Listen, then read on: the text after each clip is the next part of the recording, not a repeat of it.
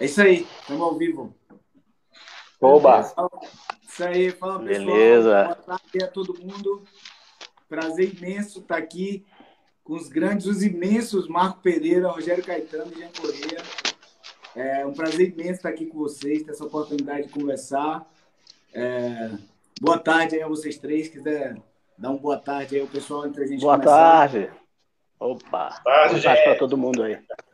Fala, gente. Boa tarde. Prazer estar aqui, Marcelo. Que bom, felicidade. Esse aqui é o Dadário Talks, né? A gente conversa aí com diversos endossers e usuários das cordas da Dadário. Então, a gente sempre abre falando da escolha de corda de cada um, né? E, para manter a tradição, a gente faz por ordem de idade. Então, quem vai começar falando da escolha de corda, ele é o Marco Pereira. Vamos estar em ordem horária aqui. O Marcão já começa e o Rogerinho já engata em seguida. Marcão, o que você está usando nos seus violões hoje aí de cordas da Dadário? Então, eu estou usando, você sabe que eu não decoro os nomes, né? Mas eu uso aquela de capa cinza, né? Que é a alta tensão e aquela mais nova. É a Dynacore de alta tensão. Isso, é essa mesmo. E que eu gosto muito, né? E também essa aqui, mais nova, né? Que saiu há pouco tempo, que é aquela de capa preta, né? Sabe a XT. Que é maravilhosa, tem uma durabilidade incrível, afinação perfeita, corda espetacular. Muito bom mesmo. Legal, a XT é novidade, né? Ela era novidade em fevereiro, janeiro, né? A gente pode dizer que ainda é, que o mundo deu uma parada, a gente está vivendo essa situação meio surreal. Com certeza. Mas ela continua sendo uma grande novidade. São as cordas revestidas justamente para dar mais durabilidade na duração, na sonoridade da corda. A grande intenção da XT é manter a mesma sonoridade das cordas da Dario, que quem já utiliza gosta de manter, mas com a maior durabilidade. Essa é a intenção dessas cordas pretas aí. Essa é maravilhosa, porque continua produzindo harmônicos. Né? Em geral, você utiliza uma corda de violão durante um tempo, aí os baixos, especialmente, eles, né, por causa da oxidação e tal, eles vão perdendo os harmônicos, né? Ele perde o brilho, perde os harmônicos e tal. Então, é muito interessante. Já aquela cinza, nunca decoro, a Dynacore já essa XT agora, então é impressionante como mantém, né, a clareza e tal, e a afinação durante muito tempo. A Dynacore tem a... Você é mais cara, mas vale a pena o investimento, porque é uma corda que tem um rendimento muito maior, né? A Dynacore tem uma particularidade que ela não é de nylon, né? Ela é de um titânio simulando nylon, para fazer o equilíbrio das primas com as agudas no volume, manter a afinação por mais tempo. É uma tecnologia... Essa Dynacore aí eu fiquei muito, muito impactado quando eu testei ela a primeira vez, porque nylon, para mim que não toco nylon com constância, né, é sempre meio chato o tempo que ele demora para pegar uma afinação e o quanto desafina rápido, né? Sempre tem uma delicadeza diferente o nylon, né? E a Dynacore, por ser uma simulação de nylon com titânio, eu achei simplesmente fantástica essa corda aí. É uma corda que você dá para trocar 3 horas antes do concerto e você não passa apuro, né? Porque antigamente tinha que trocar com 2, 3 dias de antecedência, porque senão as primas, especialmente, iam cedendo, né? E ela não, ela já estabiliza rapidamente, né? A Dynacore é impressionante mesmo. Ô, Marco, e você sente nela uma diferença de... Eu senti uma contenção de feedback, assim, sabe? Eu acho que porque as primas produzem um volume mais equilibrado com os bordões, você termina jogando menos volume no palco. Eu tive essa sensação de ter menos problema com feedback, que é um problema muito comum com violão, né? Você sentiu isso? Bom, em geral, quando eu estou em situações em que exige um volume maior, né?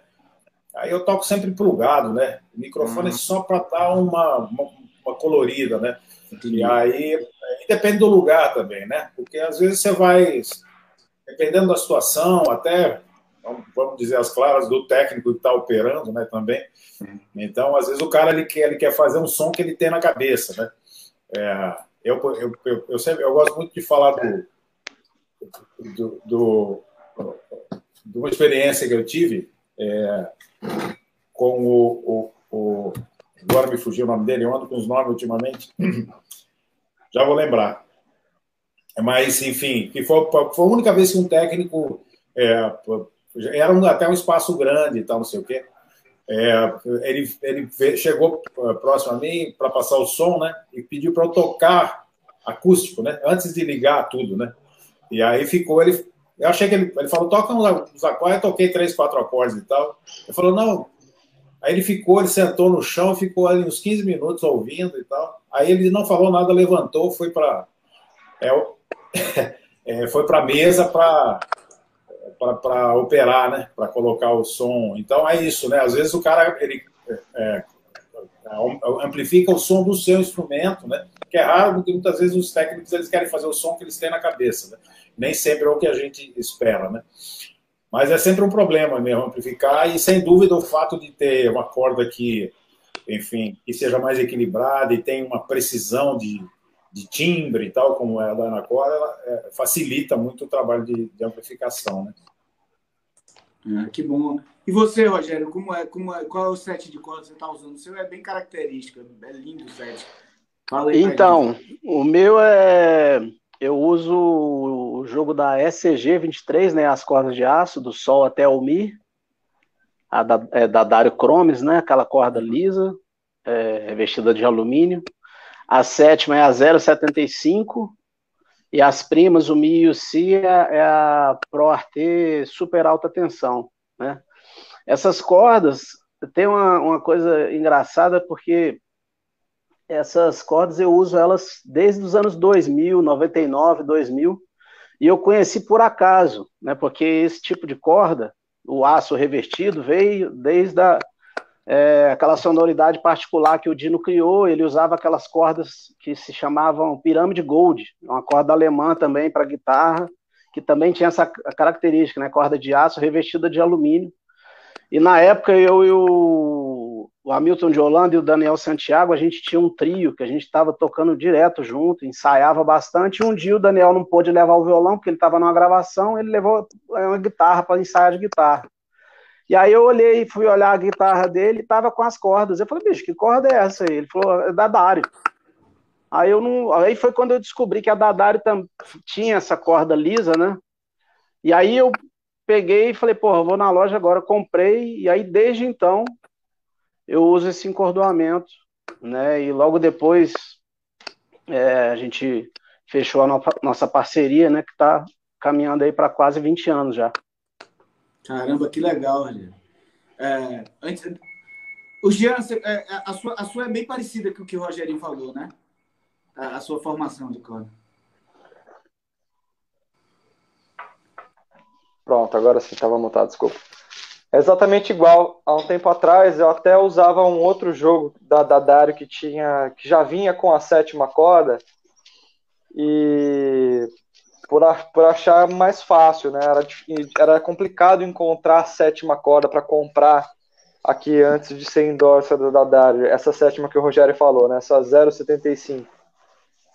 Então eu usava um jogo que era, se não me engano, é o 011, é a ECG Chromes, só que ela deve ser ECG 24, se não me engano, que tem um modelo que já vem com a 7ª corda.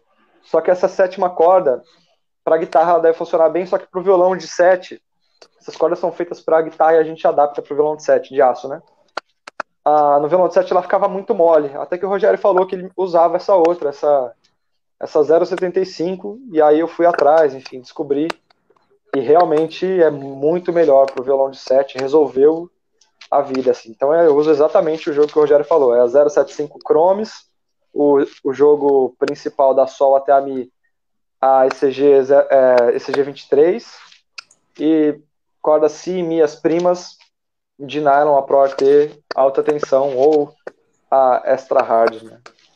Que legal, que legal. E aí, o que eu queria falar, outro dia eu vi o Thiago Espírito Santo falar de uma vez que ele chegou no Rio, chegou na Lapa, e tava o Dino lá tocando. E eu nunca perguntei isso a vocês dois, aqui, os dois. Vocês tiveram a oportunidade de estar junto com ele algumas vezes, conversar e tocar junto, não? Quer responder primeiro, Rogério? Ué, pode ser.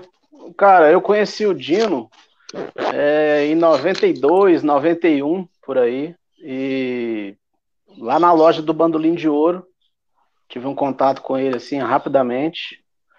Mas no ano de 2001, teve um lançamento de um disco da Amélia Rabelo, que é a irmã do Rafael Rabelo, chamado Todas as Canções, que era um disco que o Rafael gravou com ela. E na época, a Luciana Rabelo, que era a pessoa que estava organizando esse show, que aconteceu no Teatro Clara Nunes, ela me convidou para fazer esse show com a Amélia. E nesse show, o Dino foi assistir, o Dino estava lá. E aí eu lembro que eu cheguei para passar o som, ele estava lá sentadinho, com a Dona Rosa, com a esposa dele. E foi uma noite, assim, especial, né, para mim, porque saber que o Dino estava lá para assistir e tal, foi muito legal. Legal, legal demais. E você eu tenho uma história. Eu tenho uma história com ele que também é bem importante, assim, para mim, né? Que foi o seguinte. Bom, eu comecei a tocar bem cedinho, né? Eu tocava cavaquinho, solo antes. E meu pai me levava numas rodas para tocar. Enfim, aí depois o tempo passou, eu fui pro violão. E aí um dia um amigo falou assim: Ô Jean, tem você tocando numa roda lá com o pessoal, que tá o Dino, não sei o que, tem um vídeo disso. Eu falei, tem um vídeo? Aí eu lembrava mais ou menos da situação, eu tinha uns 10 anos, mais ou menos, era muito, muito pequeno, né? Nessa época acho que não tinha nem a dimensão do tamanho da importância do Dino 7 cordas. E aí fato é que esse amigo me mandou esse vídeo, era um DVD que ele tinha, ele conseguiu extrair de algum jeito, não sei como, e me enviou, e aí realmente era eu ali pequeno, e tem esse vídeo até hoje. Aí se o pessoal se interessar, se colocar Jean Correia e Época de Ouro, tem a gente numa roda lá na Contemporânea. E, bicho, quando eu descobri esse vídeo, foi aquela choradeira, né? O dia inteiro, assim, chorando. De, né, pô, honra máxima, né? Tá do lado. Aí tá o Dino do lado, tá o César Faria do outro, o Jorginho do pandeiro. E eu lá pequenininho solando um choro do Valdir Azevedo no meio dos Cobras lá. Muito legal, foi muito, muito emocionante rever isso, enfim, tentar puxar na memória de algum lugar, e acho que é muito simbólico, né, para quem toca violão de 7 cordas, ter estado um dia numa roda junto com o Dino. Então, acho que foi a minha maior proximidade com ele, assim, foi essa. Porque a gente já conversou várias vezes, nós três aqui, né, e a gente, obviamente, sempre volta no nome do Dino, sempre tudo tem uma relação com ele. Eu não me lembrava de vocês contando, e quando o Thiago falou isso, eu tomei um susto. Eu falei, pô, será que ele circulava na noite carioca, assim, frequentava as rodas de choro, de forma a ser contemporâneo de vocês e tocar junto, mas aparentemente vocês não chegaram a ver ele em atividade, né, e ver ele tocar. Eu vi ele tocar uma vez, cara, ao vivo. Foi num festival de choro que teve em 95, se não me engano. Eu acho que esse festival foi... Cara, eu não sei se foi no Teatro João Caetano, acho que foi no Teatro João Caetano. E aí o Época de Ouro encerrava o festival e eu assisti o Dino tocando com a Época de Ouro nesse festival. Que legal. Eu tenho lembranças vagas também dessa mesma época, que eles vieram fazer um show aqui e depois foram para uma roda, para um bar. E nessa roda meu pai me levou também e eles estavam tocando ali, deu para ver bem o Dino de perto, assim, mas é isso, é uma lembrança que tá muito lá atrás. Que ano que o Dino morreu, Rogério? Foi 2006. 2006. Então é isso, 2006 eu tava começando no 7 cordas ainda, tava bem no princípio ali. Marcão gravou com o Dino. É isso que eu ia perguntar, por isso que eu deixei ele por último, porque ele eu sei que teve convivência mais próxima, né? Na verdade, não. Acho que, olha, da lembrança que eu tenho, eu nunca cheguei a gravar com o Dino, não. Eu estive em situações assim no estúdio, né? Onde para fazer gravação, mas assim em sessões separadas, imediatas, assim, né? Assim, tipo, a época de ouro que eu estava gravando e tal. Eu fiz teve uma época que teve um projeto de uma produtora chamada Brasil Musical aí em São Paulo, que foi patrocinada pelo Banco do Brasil e tal, foi bacana. A gente viajou muito pelo Brasil todo, era uma turma grande, né?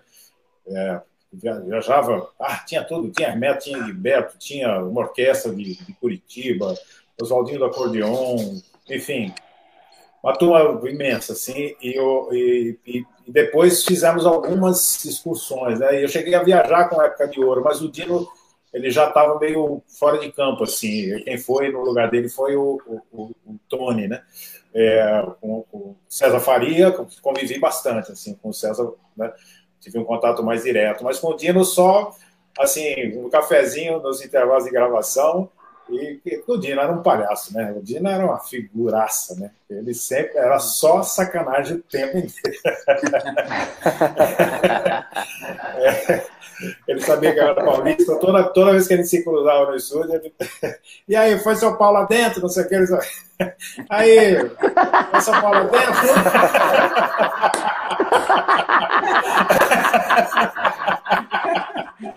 São Paulo adentro. Era só piada. Agora, tem uma coisa que a gente vai...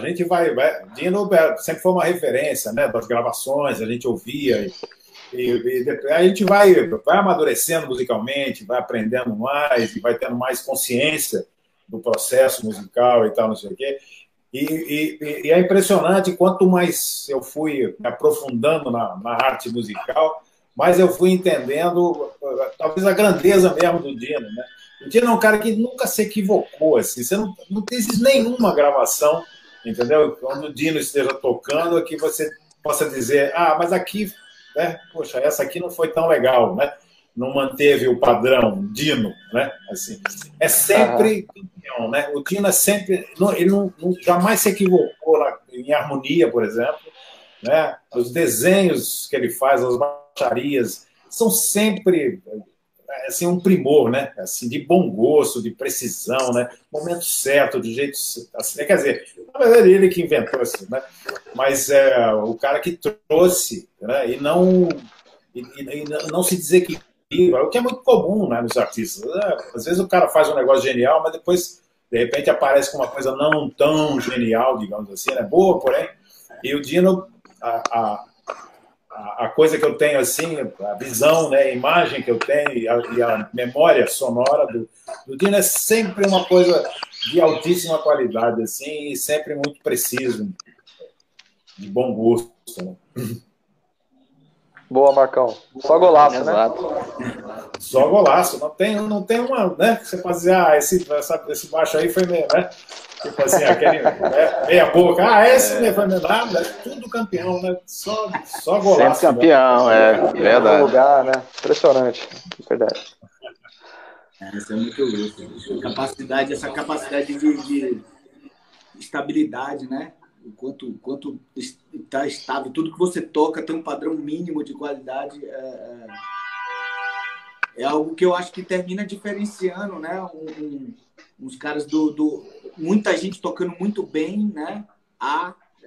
Classe A, assim, do A+, assim, são coisas pequeníssimas, como essa que o Marco citou aí, que é você não ter uma vírgula para colocar, né? Todas sempre no gol. E a impressão que eu tenho, eu vou até arriscar os craques aí dos 7 cordas, né?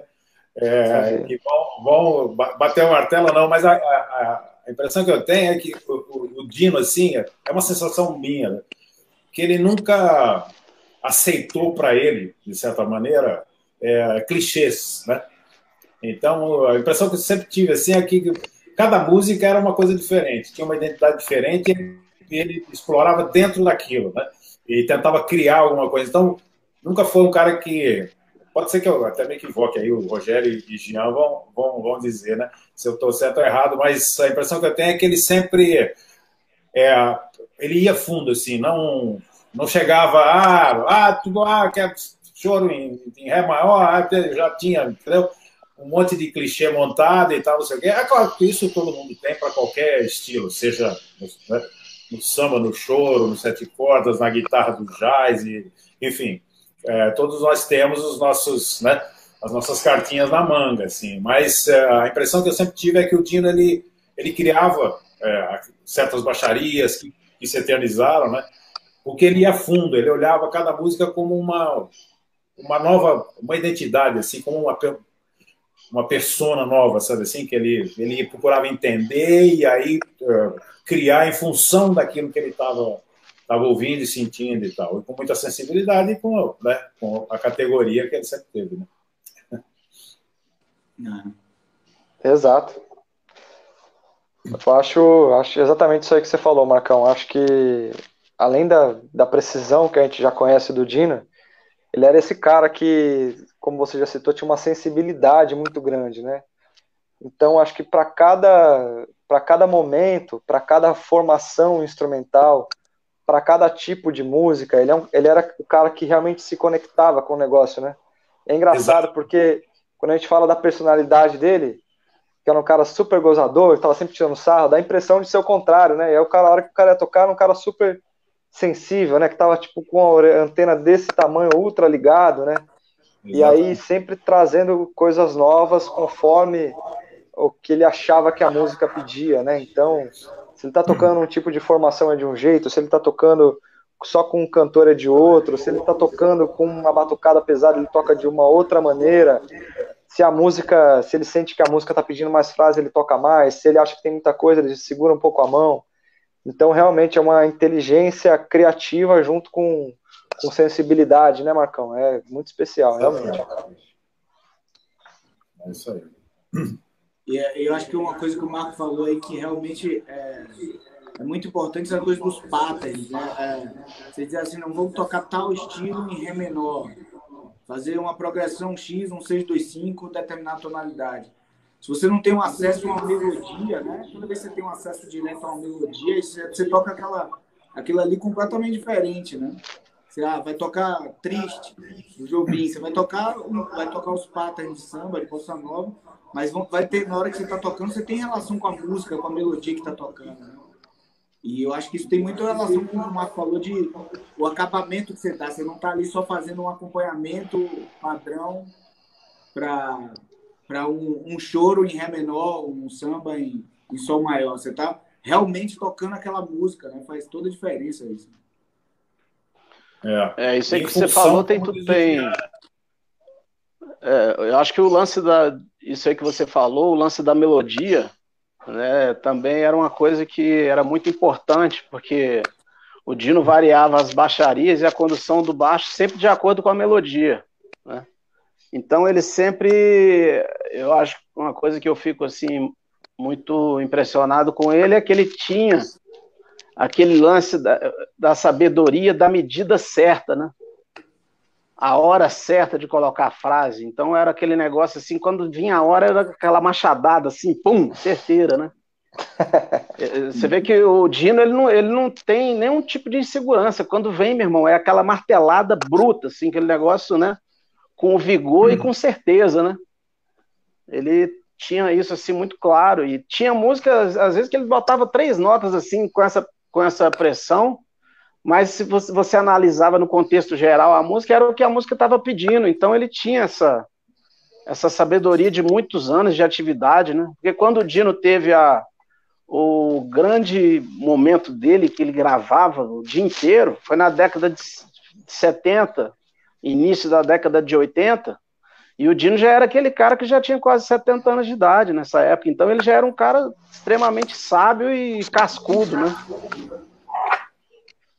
Era aquele músico que todo mundo respeitava, né? E assim, o Dino era um cara que chegou até a mudar dia de gravação. Quando ele não podia, os caras mudavam o dia da gravação. Então isso aconteceu com poucos músicos, né? Ô Marcão, você ia falar alguma coisa também?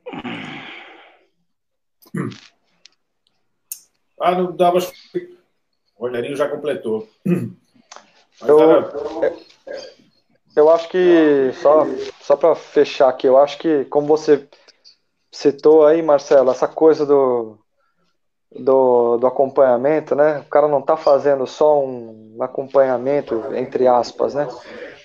eu acho que hoje a gente está muito acostumado, de maneira geral, a olhar a música como sempre as pessoas estão, os estudantes, olhando para os protagonistas, entre aspas, de novo, são aquelas pessoas que estão fazendo o solo, a melodia principal, e aí é muito comum para mim, eu já passei pela universidade, bicho, é muito comum você ver a pessoa, o estudante ali acompanhando, seja isso uma bossa nova ou um samba, e é isso, né? Não, eu tô fazendo o acompanhamento, o cara aprende uma levada de um jeito e toca aquilo, né? Então, eu acho que o que o Dino deixa muito claro no jeito de tocar dele é que o acompanhamento é uma coisa super profunda, né? Acompanhar bem, saber fazer um bom acompanhamento é uma ciência, é complexo, é difícil, exige muita sensibilidade, é um campo gigante a ser estudado, a ser entendido, a ser compreendido, e geralmente as pessoas esquecem ou não reparam, porque dá a impressão de o acompanhamento ser uma coisa de fundo, e ela, na minha opinião, não é. Ela é tão importante quanto o solista ou o cantor que está ali fazendo a voz principal. Então o Dino deixa essa aula pra gente, aí acompanhar é coisa seríssima.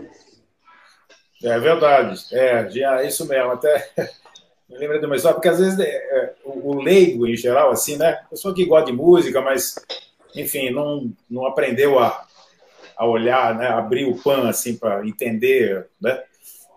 Eu já tive situação de estar num show grande, por exemplo, de um cantor famoso de Djavan, uma vez, assim, e comentei qualquer coisa com alguém, assim, disse, pô, o contrabaixista era muito bom, sabe? Assim, a pessoa diz, contrabaixista, tinha um contrabaixista. Então, eu tenho uma história pessoal com, eu não vou citar o nome por questões éticas, mas até uma produtora de São Paulo. Eu me lembro que muitos anos atrás eu cheguei a fazer um disco em parceria com o Gabriel Grossi, o Gabrielzinho, super gaitista, né? E fizemos um disco de duo. Então, ele, gaita, eu tocava, na época tinha o violão de 8 cordas, fiz alguma coisa com 6 cordas também, enfim, e aí você tem que fazer a orquestra inteira, né, porque a gaita é um instrumento melódico, então, e eu me lembro que eu sugeri de fazer, sei lá, tentar vender um show desse duo, e ela falou para mim, mas esse aí não vale a pena, porque ali você só fica acompanhando, né? Então, rapaz, meio que não vale nada, né? Toda aquela, né? Aquele cenário que você monta, né? É uma orquestração quase que o violão tem que fazer quando você tem um instrumento fazendo só a melodia, né? Mas como é a melodia, né?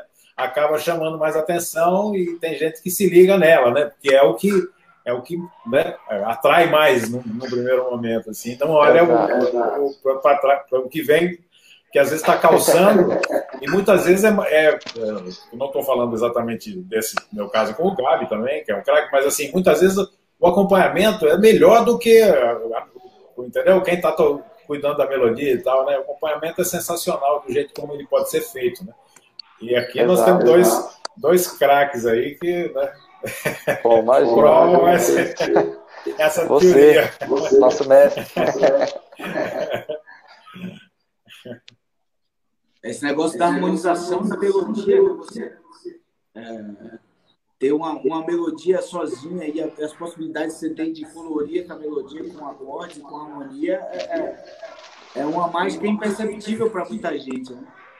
Porque às vezes a mesma melodia você vai lá e coloca completamente outros acordes, outras cores, outras intenções ali, e aquilo ali está dando uma cor completamente diferente ao que está acontecendo, e a pessoa vira para o Marco Pereira e diz, não, mas ali você só está acompanhando.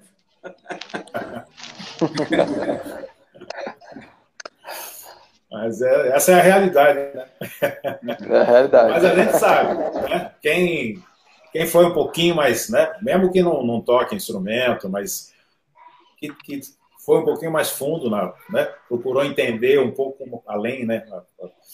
A arte musical e a coisa do músico, do instrumentista, percebe, né? Percebe essas diferenças. Mas, no geral, assim, o que chama atenção mesmo é o cantor ou quem está tocando, né? Fazendo a parte melódica da história, né? Com certeza. E a gente não para, né? Porque o solista ele toca a frase, aí ele tem, às vezes, 2 compadres esperam lá, e você, além de ter acompanhado enquanto ele está tocando, você tem que preencher aquele. Exatamente. Tocar de duo é muito. Solo, eu acho que é o maior desafio. Todos vocês tocam violão solo, né? Eu acho que é um desafio que ele é único, né? Ele tem essa coisa muito peculiar de você fazer música sozinho, saber lidar com o vazio, né? Saber lidar com a pulsação que está somente ali dentro de você, é só a sua. Acho que é uma coisa muito especial, essa coisa do violão e de tocar solo. Mas tem uma coisa com tocar de duo também, que é essa situação que o Marco estava discorrendo aí, que ela também se lida com uma série dessas coisas que tem com tocar solo, né? Só que você está ali compartilhando música com outra pessoa. Então, você tem todos os aspectos conectivos da música, de você ter que se adequar, mas que, na verdade, você só tem mais uma pessoa. E no caso do Marco, ali só tem, às vezes, uma gaita, um instrumento melódico, ou que, para mim, é muito mais comum tocar só com contrabaixo, que está sendo... Está emitindo muitas vezes só uma sonoridade harmônica para a maioria das pessoas, né? Como o Marco também falou, mas tinha baixista, muita gente nem consegue ouvir, né? Você está ali só tentando se conectar com aquilo e produzir a maior parte da música que as pessoas ouvem. É uma coisa bem desafiadora, né? Tocar com formações reduzidas. Né? Porque fica tudo muito transparente. Fica tudo claro, né? Transparente, né? Eu vou contar uma historinha engraçada agora, só para a gente rir um pouco. Porque eu não tenho a menor dúvida que a maior fã que eu tive na vida foi minha mãe, né? A minha mãe realmente... E tinha, claro, tinha aquele orgulho materno, né? E tal, não sei o quê. Porque minha mãe sonhou em ser artista na vida e tal, mas não deu certo. A família ela sempre não tinha condições financeiras e tal. Acabou sendo escriturária durante a vida toda, funcionária da antiga Estrada de Ferro Sorocabana, né? Meu pai também, a família toda, aliás. Mas eu me lembro, durante alguns anos, né, eu tive um duo com o Hamilton, nosso querido Hamilton, meu compadre, Hamilton de Holanda, e muitas vezes minha mãe fazia assim, ela me via solo, né? E chegou até a me ver com carrasqueira, flauta, ou como cantora e tal, não sei. E eu me lembro que toda vez que eu tocava com a Hamilton, aí no final do show, chegava para... E ela era crítica, né? Porque às vezes eu tocava, por exemplo, fazia um concerto solo, e aí, mãe, gostou? Ela falava assim, foi bom. Aí eu perguntava, eu dizia para ela assim, e aí, mãe, gostou hoje? Ela falou, hoje sim, meu filho. Hoje você lacrou. E com o Hamilton era muito engraçado, porque aí eu fazia o show com o Hamilton, chegava no final e falava, e aí, mãe, gostou do show? Ela já estava irritada, ela falava assim, eu não gostei, porque eu não consigo ouvir seu violão, não só uso esse bandolim. O bandolim mais penetrante. Aí eu não consigo ouvir seu violão, só ouço o bandolim. Figura. Eita, nós. Mas esse lance que o Marcão falou aí é uma coisa interessante, porque eu tive, até quando a gente gravou o disco, né, Jeanzito? O disco anterior que eu tinha gravado era um disco com o Eduardo Neves, que foi exatamente essa experiência aí que o Marco teve com o Gabriel. Então o violão, ele fica naquela função, porque o violão que é um instrumento harmônico, pô, né, de harmonia, né? Então você fica naquela função de fazer a cama, de preencher tudo, às vezes dobrar a melodia, fazer o médio ali, o agudo. Então, muitas vezes, uma parte de você fazer um acompanhamento, assim, junto com um instrumento melódico, muitas vezes é mais difícil do que você solar uma coisa sozinho, né? E depois, quando eu fui gravar com o Jean, aí já é outra coisa, porque o Jean pode me acompanhar, eu faço a harmonia para ele, a gente bate uma bola, né? No caso do instrumento melódico, não tem jeito. Então, a responsa ali da harmonia fica toda com o violão. Mas é uma experiência que eu acho que é muito boa, porque você fica... eu acho que você passa por um processo ali que é como se fosse um amadurecimento, né? O lance de você fazer aquela cama toda ali, ser o responsável por toda a estrutura ali de harmonia, né? E para o cara fazer a melodia. Eu acho que é de um aprendizado assim, muito grande. Eu acho esse trabalho seu, Rogerito, maravilhoso, porque realmente é isso que você falou. Tem uma preocupação ali com o acompanhamento de uma maneira muito, muito grande, muito cuidadosa, muito delicada, assim. Tem, claro, a coisa do set, das baixarias, aí tem a parte harmônica também, caminhos melódicos, né, que você cria junto do seu acompanhamento, vozes, condução de vozes. Tem a parte rítmica, que é muito elaborada ali. Eu vi, quando eu fiquei mais excitado, digamos assim, com o som de vocês, mais do que no disco, até naquele show que vocês fizeram no Clube do Choro aqui em São Paulo. Cara, que maravilhoso, sim. Vocês dois tocando juntos. É isso, um acompanhamento perfeito, assim, todo muito, muito bem explicado, muito bem colocado. Aquele acompanhamento, na minha opinião, tem a ver com o que a gente estava falando agora, né? Pô, é uma coisa que quase sobressai a melodia principal, né? Ela chega num nível de...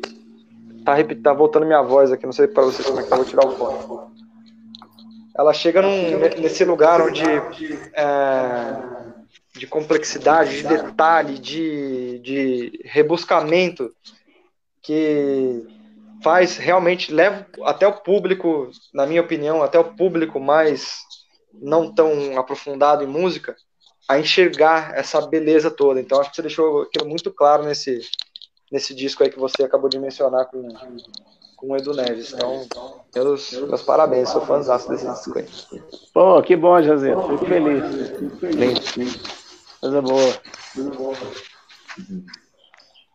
Que legal. E é bom que o Marco, vocês estão falando um que é o fã do outro aqui, o Marco falou que tem a maior fã, que é da mãe dele, mas eu sou um grande fã do Marco, e assim, ele sabe disso. Eu falei para ele que a gente fala sempre isso, e eu sou um grande fã da pesquisa que ele fez com o livro Ritmos Brasileiros.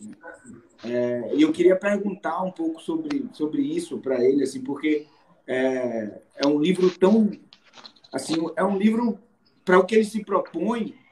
É um livro que, assim, eu diria que eu não consigo nem ver falhas nele, assim, né? Porque tem uma introdução histórica, você tem versões de acompanhamento e elementos da percussão, muito do que a gente sabe que vem da mão direita brasileira, origina de percussão, né? A origem vem de instrumentos percussivos adaptados ao violão, e isso tudo muito bem adaptado. E eu queria perguntar a ele sobre esse processo, né? Sobre qual foi o processo de elaboração desse livro e da pesquisa. E eu sei que também você já me falou em outras oportunidades que houve algum desses ritmos que você teve que desenvolver esses patterns de mão direita no processo do livro, né? Que não eram coisas que você já vinha trazendo da sua música, e sim que foram coisas que você estabeleceu do processo, né? Achou certos ritmos do Sul, certos ritmos do Nordeste, que de repente você teve que criar os padrões de mão direita para violão no processo. E eu queria entender um pouco disso aí, queria que você falasse um pouco, mano. Claro, com certeza. Então, na verdade é assim, eu acho que desde que eu comecei na música, no violão, meio por acaso, né? Eu não tenho músico, sou o primeiro da família, né? Eu não tinha nem um tio, avô, músico, sei lá, alguém. E me ressentia até, durante muito tempo, de não ter uma referência familiar, assim, até para me ligar, para me apoiar e para trocar informação, ideias e tal, não sei o quê. Então comecei tocando de ouvido, aprendendo na esquina, vendo um tocar, pegava umas coisas aqui e tal, não sei o quê, tudo assim, na orelhada, né? E desde o início, eu sempre gostei da coisa do groove, né? A coisa da levada rítmica e tal, não sei o quê. E depois aí comecei a entrar mais na música, e acabei durante muito tempo, fui contrabaixista, toquei à noite, né? Tocava nas boates em São Paulo e tal, não sei o quê, em trio, assim. E aí, nesse período que eu andava pela noite, eu conheci um cara que as pessoas talvez não lembrem dele mais hoje, um cara chamado Macumbinha. E o Macumbinha era um super violonista, enfim, teve um fim trágico, a família toda morreu, eles ter gás aberto, sei lá, foi uma confusão, e morreu muito jovem e tal, mulher, 2 filhos. Enfim, o Macumbinha, a gente ficou amigo, e o Macumba era o seguinte, né? A coisa rítmica dele era assim, de dar água na boca. E eu me lembro que eu já me ligava nisso, e algumas coisas eu aprendi com ele, né? Peguei, como eu ficava fuçando e pegando uma coisa aqui e acolá, e fui levando isso sem muita pretensão, a vida toda, me ligando, aprendendo o ritmo ali. E depois, morei fora do Brasil, voltei e acabei virando um acadêmico, né? Fui dar aula primeiro na Universidade de Brasília, depois vim para a UFRJ. E já aqui no Rio, como professor de harmonia, porque eu até montei o curso de violão em Brasília, mas quando eu consegui uma transferência para o Rio, eu vim não vim para dar aula de violão, vim para dar aula de harmonia, que eu já dava também lá no coisa, e é uma matéria que sempre me fascinou muito, né? E aí era muito engraçado porque tinha nas minhas turmas de harmonia, sempre tem muito violonista, né? Sai pelo ladrão, né? Violonista que sobra, né? E aí o pessoal muito bem preparado, né? Tocando o repertório, né? Estudos de Villa-Lobos e suítes de Bach, peças complicadas e tal. E aí, de repente, você pediu o cara para faz uma levadinha de bossa nova aí, sabe? E aí era aquela tragédia. Sem falar de outras, né? Outras mais complexas que os caras nem sabiam, né? Então, na verdade, esse foi o grande estímulo que eu falei, pô, tem uma lacuna aí, tem um espaço aí para, né? Acho que se eu desenvolver um trabalho pode ser legal, né? Para mim, como pessoa realizador, e para as pessoas que vão usufruir desse trabalho. E aí eu me meti. E aí começou uma pesquisa aprofundada. Eu tinha um monte de coisa já na mão e na gaveta e tal, e na memória, entendeu? E aí comecei por aí a organizar o material e depois, quando comecei a pesquisar, porque eu queria fazer uma coisa mais ampla, que, de certa maneira, abrangesse o território brasileiro, assim, né? As expressões rítmicas do Brasil. E aí comecei a ir um pouco mais fundo. E na realidade, alguns dos ritmos que são importantes dentro dessa expressão rítmica do Brasil não tinham uma tradução. Pelo menos eu desconhecia, nunca tinha visto alguém fazer, como é o caso do maculelê, por exemplo, ou do samba de coco, ou do tambor de crioula do Maranhão, sabe assim? O próprio boi do Maranhão, que é aquela mistura de 3 com 2 e tal, que é muito interessante e tal. E coisas também da região do Recôncavo, da Bahia, como é o caso da chula baiana, né? E aí eu cheguei a viajar para pesquisar em alguns lugares e fui em loco para ver, né? O pessoal do samba de coco, por exemplo. Eu estive lá com o pessoal do Raiz do Arco Verde, conheci a turma, a gente tomou cachaça junto, almoçamos juntos e tal, e trocamos ideia, e alguns amigos assim que me ajudaram. O próprio Rogerinho também foi um parceiro nessa empreitada, né? Alguns amigos encontrei, troquei ideias e tal, e para essa coisa especificamente da chula baiana, lá do Recôncavo, aí foi o Roberto Mendes, né? Roberto, eu fui para lá, a gente passamos praticamente 2 dias juntos. Na época eu me lembro que eu tinha uma filmadorazinha assim, cara de fitinha ainda, e aí eu filmava. E o Roberto Mendes tem uma coisa engraçada, porque ele é enorme, né? Um cara grande assim, né? Ele tem uma mãozona e tal, e ele não usa unha. E ele toca baixinho, né? O Roberto ele toca tudo picadinho, baixinho, assim, e você não entende muito o movimento dos dedos dele, né? As articulações. Então, cara, para entender aquele negócio da chuva, eu levei 6 meses. Mas aí finalmente eu consegui, aí mandei para ele. Bicho, é complexo aqui, né, Marcão? Mandei para ele, e aí ele mostrou para os velhos lá, o chuleiro velho lá do Recôncavo, e o pessoal disse que estava. Aí ele falou: ó, o chuleiro aqui disse que tá bom, que aí isso tá ótimo, é isso aí mesmo. Aí entrou pro livro. Pô, é demais naquela levada. Esse trabalho é maravilhoso. Essas coisas, né? Especialmente coisas da Bahia, assim. E é engraçado, porque tem certos ritmos, né? O próprio Ijexá, por exemplo, né? Que é tudo pendurado, né? Eu tive uma experiência recente agora, que eu fiz um vídeo com a Luciana Souza, vou até entregar a Lu, acho que ela não está me ouvindo, mas, enfim, porque é um negócio seguinte, a gente tem uma tendência a entender o baixo, né? Quando você ouve o baixo, a sua cabeça quer entender que aquilo é o tempo forte, que é o primeiro tempo, onde entra o baixo, né? E só que esses ritmos da Bahia, o baixo vem sempre antecipado, às vezes de uma colcheia, né? Ou às vezes ele vem retardado, como é o caso da Chula, de uma semicolcheia, né? Ele vem ele vem sempre ou atrasado ou adiantado, né? E se a pessoa de repente entende errado, vira outro ritmo e dá certo, funciona, né? Então deu esse pipocó e tal. Ela chegou a mandar o vídeo, até botei no ar, ela falou, Marco, tira esse negócio, pelo amor de Deus, eu entendi errado e tal. E assim, depois aí ela... Porque, não, eu já pedi desculpa a ela, porque na verdade a pisada, de certa forma, foi minha, porque eu tinha que ter feito uma contagem antes e eu não fiz, eu saí tocando, entendeu? Eu mandei um violão, essa coisa que a gente está fazendo agora na pandemia, né? Enfim, se aproximar dos amigos, né, fazer coisas juntos e tal. Aí depois eu mandei a contagem, aí ela entendeu, aí ficou. Mas é engraçado, porque aí eu coloquei na rede social e tal, não sei o quê, e teve os caras que desceram o sarrafo, assim. E tinha um cara que dizia, esse ritmo tá horrível, tá tudo errado, tá fora do lugar e tal, tem que tocar. Essa era o luxo só, né? E na verdade eu me inspirei porque eu vi o Gil fazendo uma vez, entendeu? Olha essa mulata quando dança. Eu vi ele fazendo ele fazia uma levadinha de Ijexá, né? O Gil.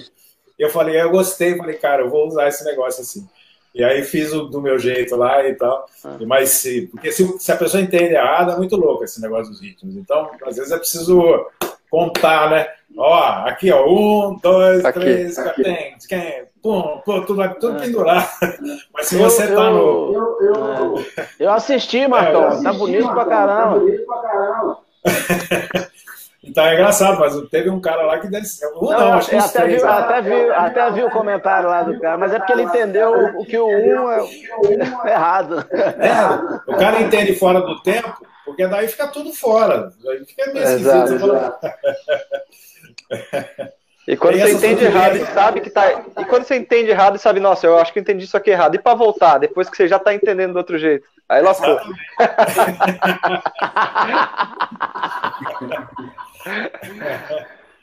Isso aí. Uma sutileza, né? Porque é muito rico o nosso, né? Essa coisa é onde tem influência africana, né? Onde tem mistura, né? No Caribe você tem isso também, né? Com a salsa, né? De toda essa região, né? Na Colômbia, na Venezuela, Caribe, Cuba e tal, não sei o quê, tem esse negócio, né? Lá em Venezuela, por exemplo, eles têm um ritmo que é um ritmo popular, que é em 5 tempos, né? E aí, eu me lembro que eu fui algumas vezes para Venezuela, uma das vezes eu fui com o Hamilton, nosso querido Hamilton de Holanda, e aí fizeram uma recepção para a gente lá, o Ensemble Gurrufil, que chamava, era um conjunto que tinha, maravilhoso que tinha lá, e uma das coisas que eles mostraram para a gente era esse ritmo em 5, né? Só que assim, o ritmo já é em 5, ou seja, já é um negócio meio quebrado, né? E o baixo toca tudo pendurado, que é nem tipo salsa, né? E eu me lembro que ficava brincando, eu e o Hamilton, a gente dizia assim, bate o 1 aí, né? Onde é que tá o 1 desse? Onde é que tá eu vivi um negócio desse com esse ritmo do 5 também numa festa venezuelana que eu fui tocar, só de venezuelano, né? E aí o cara que era técnico de som, ele era venezuelano, e ele colocou esse ritmo aí pra... E a gente ficou, caramba, bicho, que é isso? Aí ficou discutindo assim, onde era o nível baixo, a coisa do baixo em salsa, esse baixo pendurado o tempo todo, antecipando e ainda em 5. E aí, beleza, a gente tocou, não tinha nada a ver com isso, graças a Deus, para tocar. E depois a festa ficou o som mecânico e a gente viu o pessoal dançando isso aí. E aí faz todo sentido quando eles começam a dançar. Claro. E é perfeitamente Porque natural. da forma mais natural possível. Você vê o corpo balançando, onde está o onde vai o baixo, vê, faz absolutamente todo sentido, né? Agora, para a gente tentando ouvir aquilo ali sem nosso corpo pulsar, sem sentir, fica uma confusão, bicho. É muito louco. Tem uma coisa que tem um choro do Lyle Mays, né, o grande pianista que tocava com o Pet, que faleceu há pouco tempo. E aí tem um grande amigo aqui, que é o Gustavo Bugni, pianista também da pesada, arranjador da Pesadíssima. Ele foi me mostrar uma partitura e falou, não, teve um cara que transcreveu aqui e tal. E aí o acompanhamento de mão esquerda é tum-ca, tum-ca, tum-ca. O cara entendeu, não o baixo na cabeça, ele entendeu a pendurada na cabeça. E ele escreveu a música inteira, o cara transcreveu a música inteira, assim, desse jeito, até o final, uma semicolcheia deslocada, até o fim. É muito doido isso, né? Quando é um outro lugar, né? A galera não tá acostumada a escutar o gênero, aí o ouvido entende de outro jeito. O cara escreveu tudo certinho, as notas estão perfeitas. Tanto é que esse amigo usava a parte para isso, né? Ele estudou porque tinha as notas ali, tudo escrito exatamente igual, perfeitinho, só que fora do tempo. Ei, Janzito, igual aquela levada de partido alto do Rafael. Pitipidom. Porra, que cantor que vai entrar nisso aí, rapaz? Tem que fazer o chãozinho primeiro, né, pô? Os caras já querem sair fazendo Tantipomba, tipipom, depois você muda. Aquela já tiver entrada, né?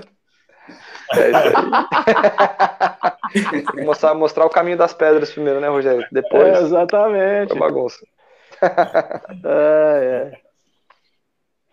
É legal pra caramba.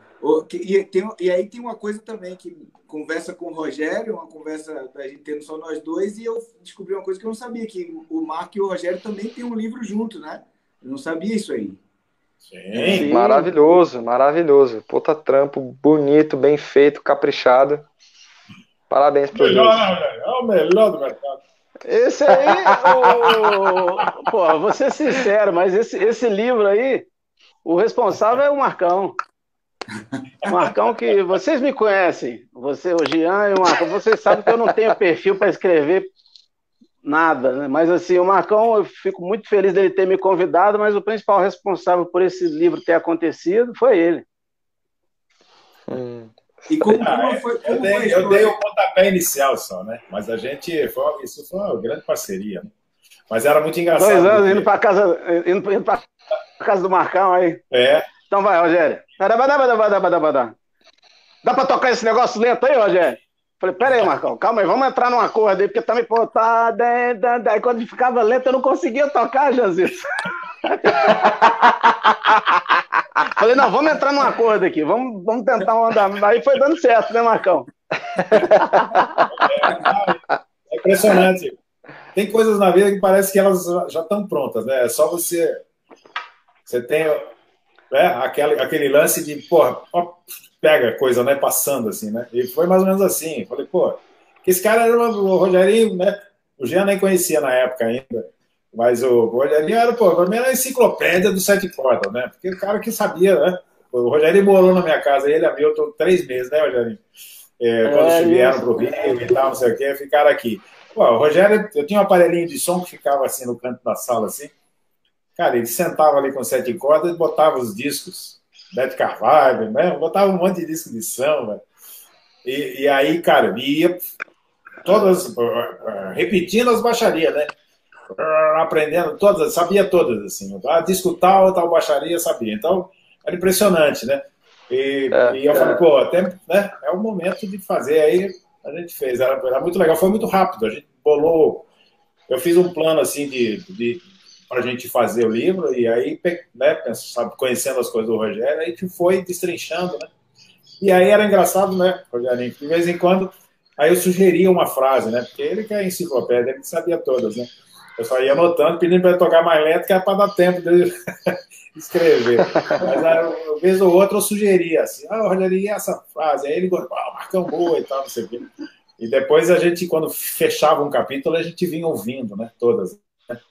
E aí, é claro, quando passava aquela que eu tinha sugerido, eu falava assim, porra, essa aí tá demais, né? Essa aí tá espetacular. Essa é maravilhosa.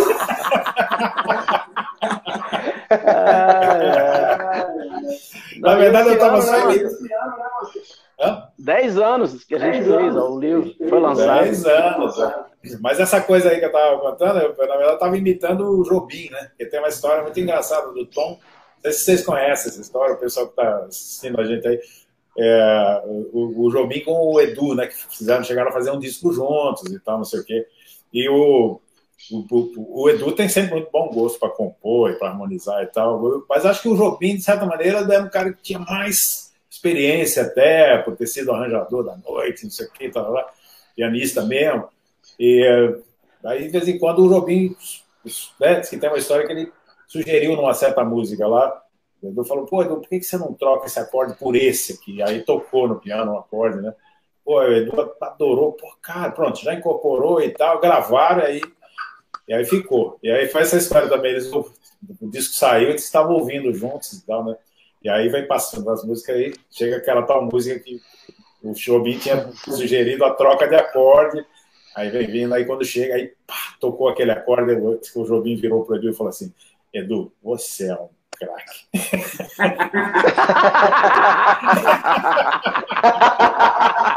Filha da mãe.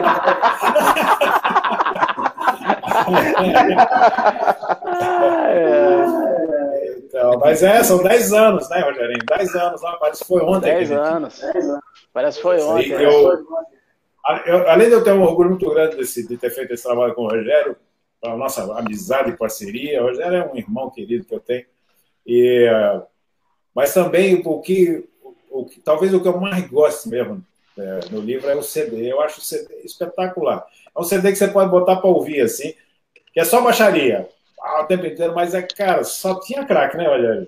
A galera que gravou. Não, sem sacanagem, só tinha Rafael, Marcelinho, Flavinho. Flavinho Miúdo. Edu, Luizinho, né? Márcio Vanderlei, Jaime Viola, só craque. Solista de surdo, só craque, Jaiminho, nossa. Ficou lindo mesmo, aquele CD é espetacular. Que legal. E aí, eu queria entrar também numa situação que é hoje, assim, toda essa parte didática acadêmica, ela está muito voltada para a situação online, né? E eu sei que o Jean está com isso aí extremamente estruturado, o Rogério também. Queria saber como é que vocês estão sentindo essa vida hoje que vocês têm toda, principalmente o Marco, obviamente, pela experiência, né, da academia e da produção de bibliografia, essa transição hoje, porque já era uma transição que a gente estava vivendo, obviamente já era uma realidade que vinha acontecendo, mas a partir de março de 2020, isso foi completamente transformado a maneira de encarar isso, né? E depois eu quero até falar sobre encarar o meio musical como um todo, mas primeiro focar nessa parte educacional. Como vocês se sentem nesse processo, né? Todo mundo, de certa forma, educador, né? Dando aula e agora com produção de material para esse ensino digital. Como vocês sentem essa transição e as novas experiências que vocês têm tido?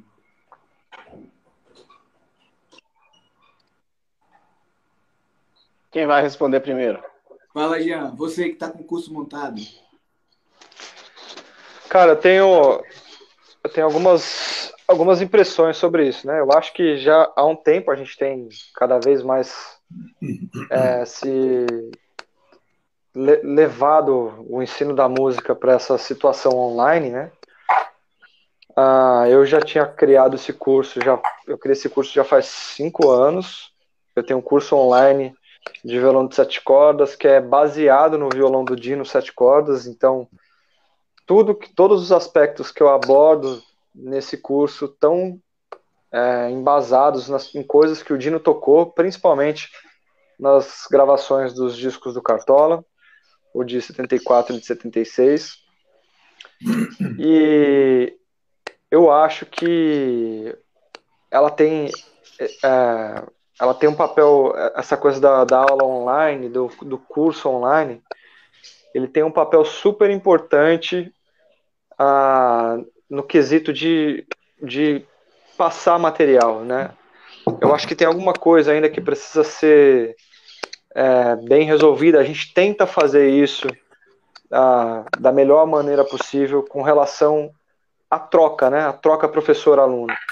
Porque o curso online, ele é um lugar perfeito para você adquirir material, tem muita coisa, você pode se programar, estudar com o tempo que você quiser, e eu acho que essa é a maior vantagem, né? Onde você quiser, onde você tiver, no tempo que você tiver. Então, eu mesmo fiz alguns cursos online, e um deles é um curso de bateria do Edu Ribeiro. Então, cara, isso é maravilhoso. A qualquer hora da minha vida, daqui para frente, a hora que eu quiser, tem coisa lá no curso do Edu. De novo, começou a repetir para mim, ficar ruim de falar assim. Já foi. Eu já consertei aqui. É que às vezes precisa dar um mute em algum dos microfones, mas pode falar que eu já dei aqui. Tá. Daqui para frente, na minha vida toda, vai ter uma coisa no curso do Edu Ribeiro que eu vou, quando eu tiver alguma dúvida na bateria, ou quando eu quiser aprender uma coisa nova, eu reassisto as aulas, aprendo coisa nova, reparo. Então, uma produção de material, quando isso é feito com qualidade, e com carinho, com cuidado, igual é o curso do Edu, como eu acho que foi feito o meu, é material para a vida toda, para você explorar muito, para você pesquisar muito. Inclusive, é difícil concluir, geralmente, a quantidade de material que estão expostas nesses lugares, né? Tem a facilidade, o lance também de, além de ter a partitura, ter o material sonoro e visual, né? O cara consegue ver a posição da mão, então você explica pro cara, ó, o toque tem que ser assim, o toque tem que ser assado, você mostra para ele visualmente, isso é bem interessante. Eu acho que é um universo que a gente está entrando agora ao longo dos últimos anos, com a globalização, internet, blá, blá, blá, e que eu acho que esse ponto é super benéfico, e eu aconselho demais, e vou continuar fazendo cursos online enquanto eles aparecerem, e vou continuar criando os meus também. Eu acho que tem a coisa agora, eu vou falar um pouco sobre isso. Tem muita coisa da troca também, que esse é uma coisa que ainda precisa ser, dentro dos cursos online, ser trabalhada melhor, porque é uma coisa que faz muita falta, eu acho, o aluno junto com o professor. Então são coisas que a gente está tentando ainda resolver, como as lives, por exemplo. Muitas vezes a opção é criar uma live onde você vai poder tirar a dúvida do aluno, mostrar para ele as coisas aqui, enfim, não é ainda um encontro presencial, que você consegue escutar o som direto do cara saindo do violão, mas também é um outro recurso, você consegue fazer isso à distância.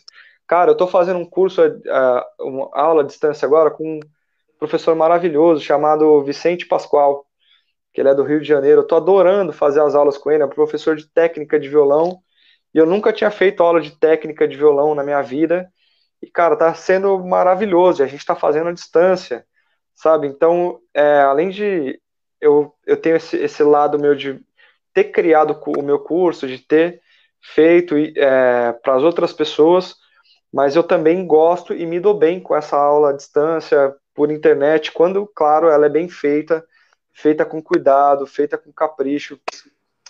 E agora a gente acabou de criar um curso novo online, um curso da Escola de Choro de São Paulo, que é um lugar onde a gente dava aula nos parques, aqui de graça para a molecada.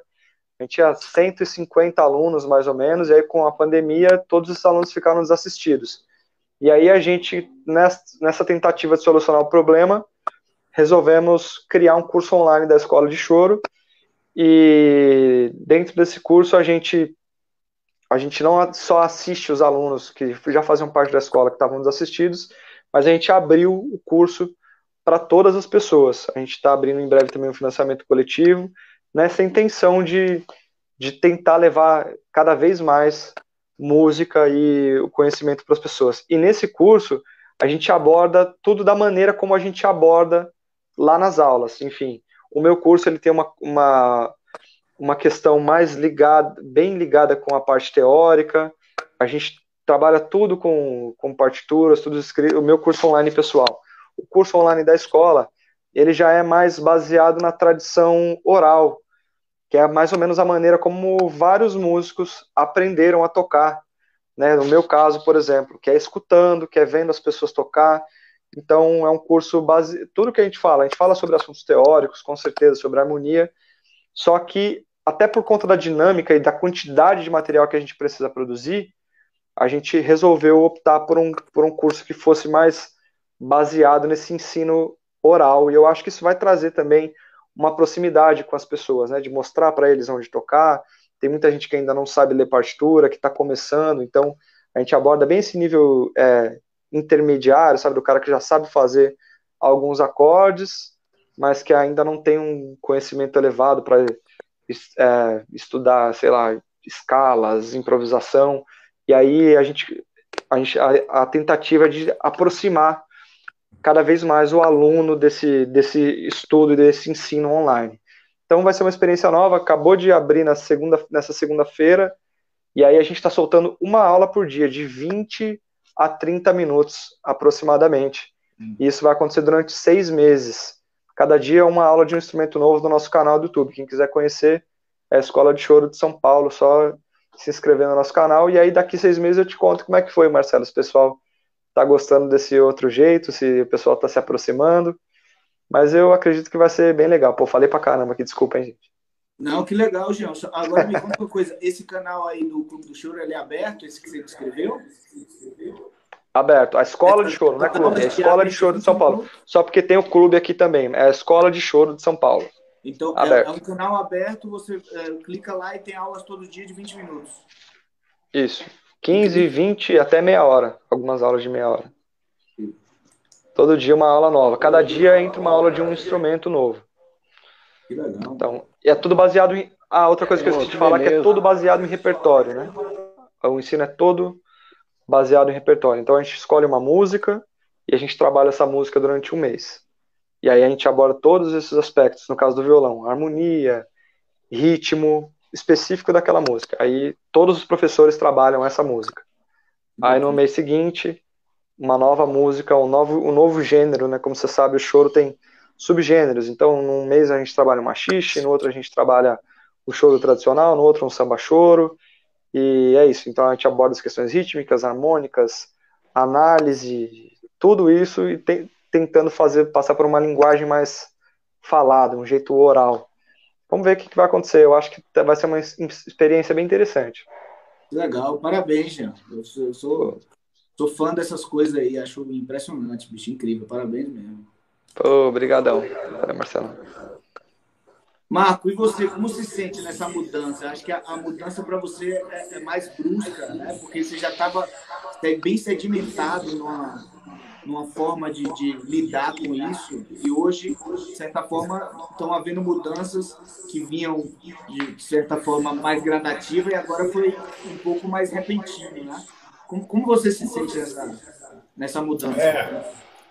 Para a gente, outra geração já é mais difícil, né? Porque enfim, são novidades, né, que vem aparecendo e vai trocando, né?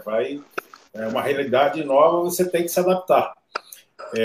Eu tenho uma certa dificuldade, mas estou tentando. Estou planejando, ainda não consegui montar um curso do jeito que eu quero e tal, né? O grande problema que eu vejo nessa história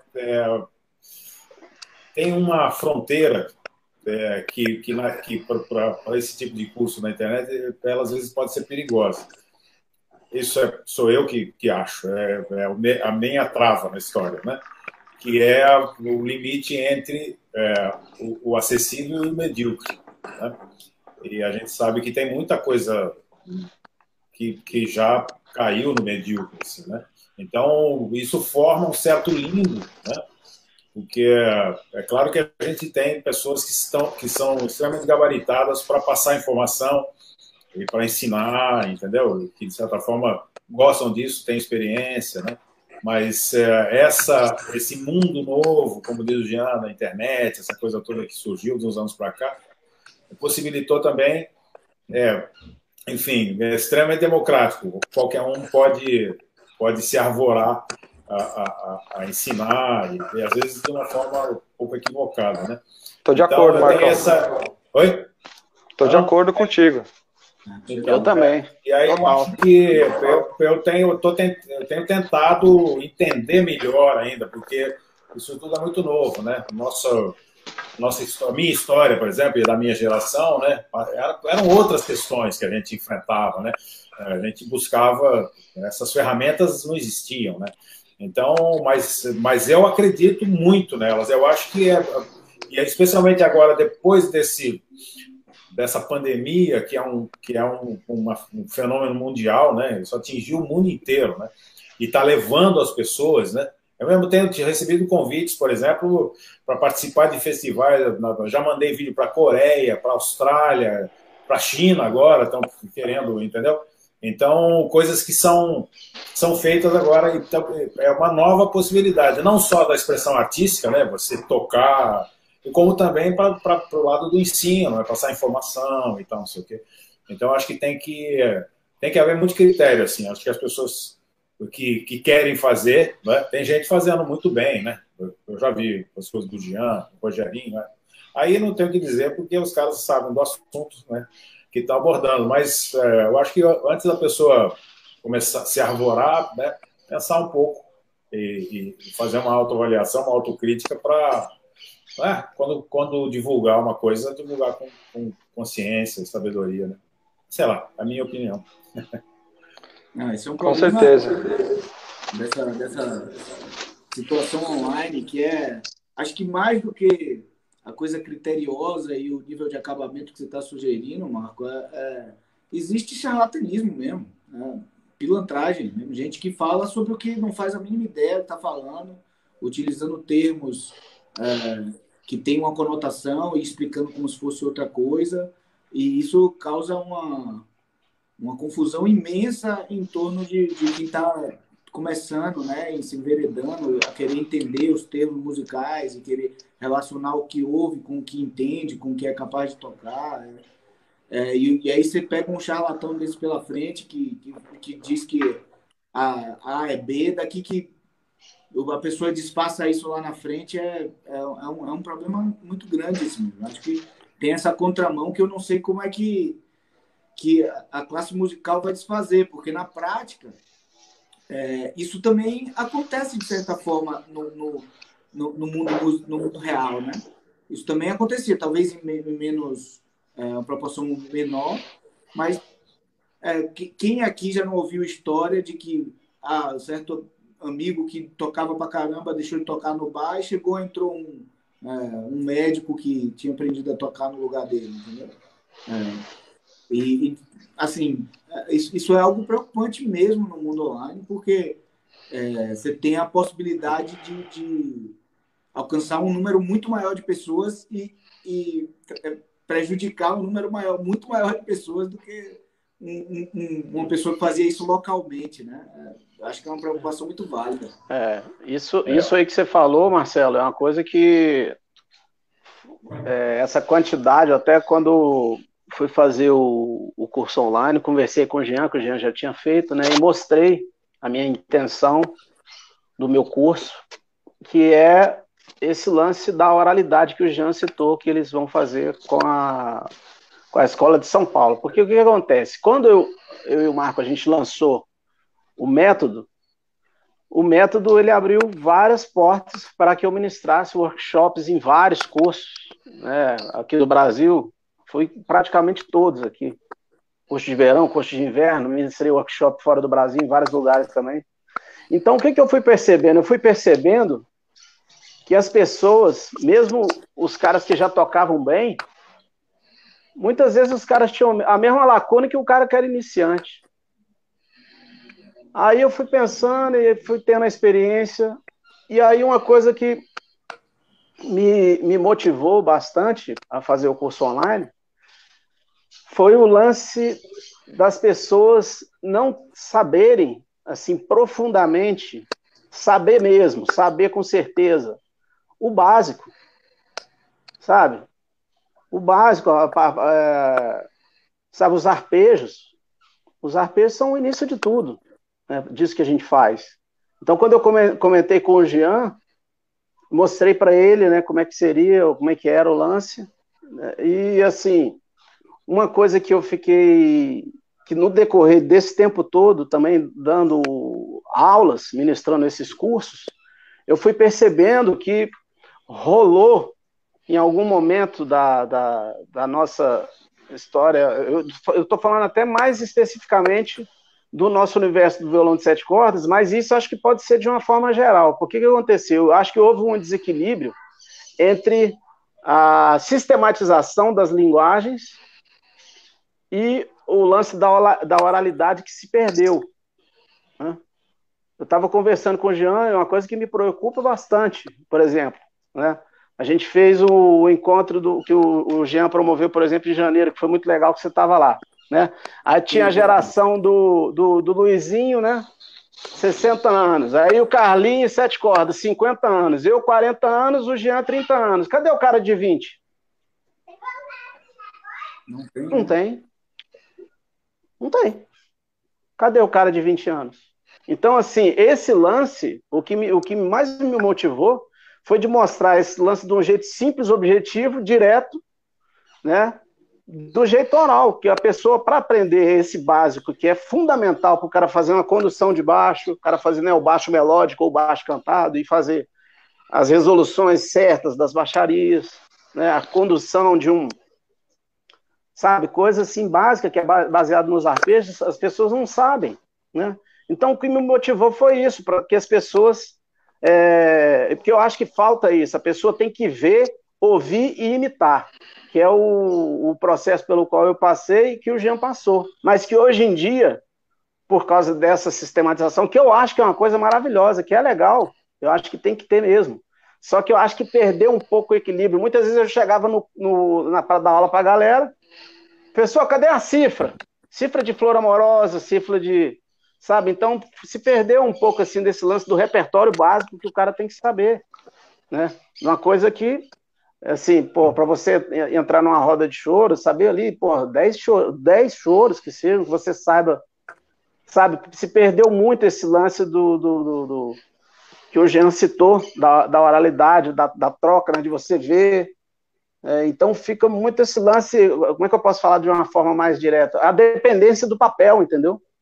Então, uma das coisas que eu falei no curso, eu falei, meu curso não tem nada escrito. Vai me ver tocar, vai imitar e vamos tocar junto. Então, o cara vai ver, vai ouvir. Claro, como o Jean falou, tem ali, eu explico, teoricamente. O Marcão até, que é meu irmão, foi lá, participou, deu uma aula para a galera sobre a formação dos acordes, né? Que é fundamental, né? O meu professor, que era super amigo do Marcão também, o Alencar, ele falava uma coisa que eu guardo para sempre, né? Ninguém chega a Papa sem celebrar a missa no interior. Então, acho que está faltando celebrar a missa do interior. Bom pra caramba. A verdade é essa. Ô, Rogério, e uma coisa que você descreveu que para mim, se for isso, é uma surpresa, são pessoas interessadas no choro e que não tem um repertório, não tem interesse em formar repertório e que termina... Não, tem interesse, mas assim, fica aquele lance a pessoa com a pastinha cheia de cifra. Entendeu? Na realidade, quando a pessoa... porque o papel, assim, posso até estar equivocado, mas assim, o papel ele tem uma importância fundamental também. Vamos supor, eu e o Marco e o Jean vamos gravar um lance aqui no estúdio. Cada um tá ali com a sua parte. É uma forma da gente gravar mais rápido. Ok, beleza. Tô tirando uma música aqui, dúvida na melodia, vou lá, pego a partitura. Beleza, isso é super importante. Agora, uma linguagem que a gente faz, que é uma linguagem improvisada, como o Jean, né, se baseou naqueles discos lá do Cartola, que o Dino toca, aquilo é tudo improvisado, né? O Dino não olhou uma cifra e muito menos uma coisa escrita, melodicamente falando, né? Então, como é que eu acho que é importante a pessoa ter as ferramentas para entender como é que funciona o processo de criação, né?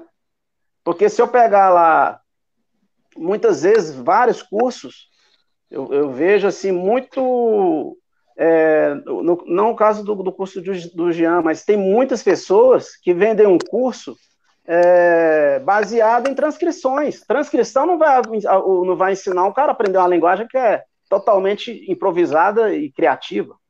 Com todo carinho e respeito, não vai. Não é, Jean? Então, com certeza, estou de acordo. Eu acho que o que o Rogério está querendo dizer é que assim, a gente está...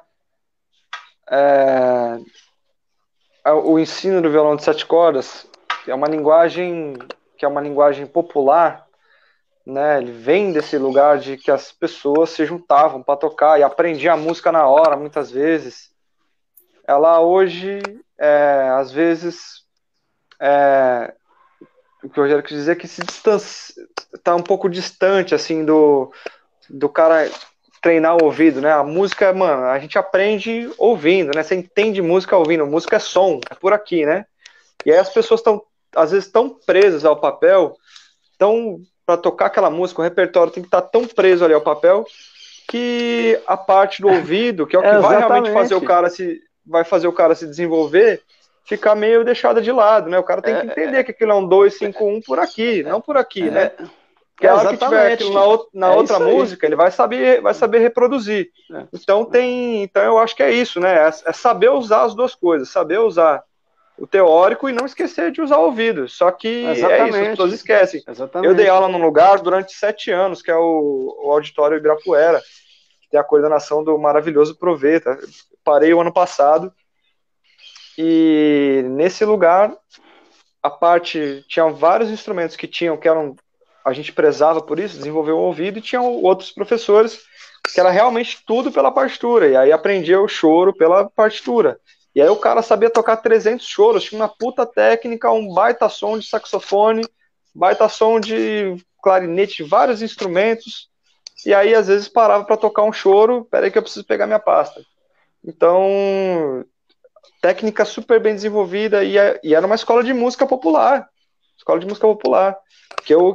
que é maravilhosa, que eu amo. Não tô, veja bem, não estou criticando o método de ensino, não, totalmente. Só acho que em vários momentos faltava esse outro lado, e não é só nesse lugar, em vários outros que ensinam música popular, às vezes o lado do ouvido fica deixado de lado, né? O lado da percepção.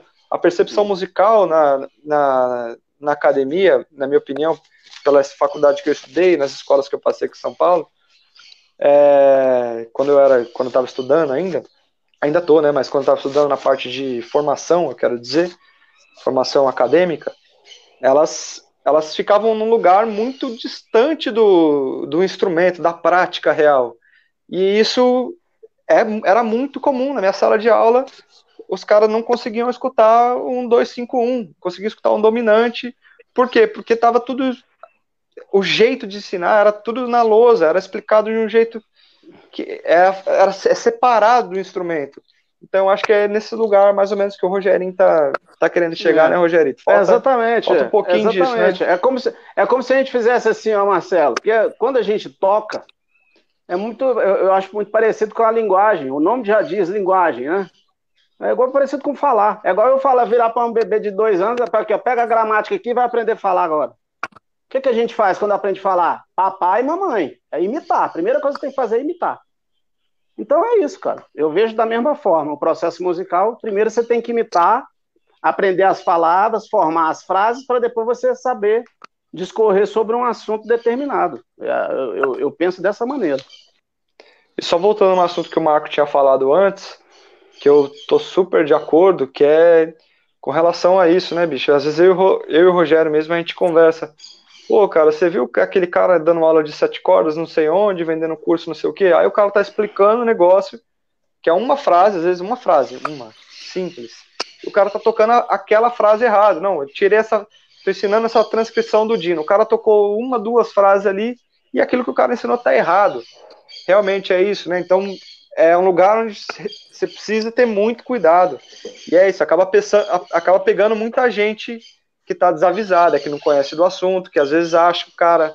Aparece um link de um anúncio na página do cara, o cara vai lá, clica no botão e está aprendendo com um cara que não sabe, que não tem experiência, que nunca deu aula, que não toca, que não dá aula tá ali realmente, como o Marcelo falou, às vezes aproveitando da situação. Então, realmente, o cara que vai estudar, é importante que ele faça uma pesquisa antes, né? Enfim, enquanto a gente não consegue ter um controle disso, igual numa academia, que não vai entrar um cara despreparado para dar aula, que a gente, enquanto a gente não consegue ter esse controle sobre isso, que é meio complexo, acho que e o mundo da internet, como o Marco disse, é democrático nesse sentido, permite que qualquer pessoa possa fazer e anunciar o que quiser.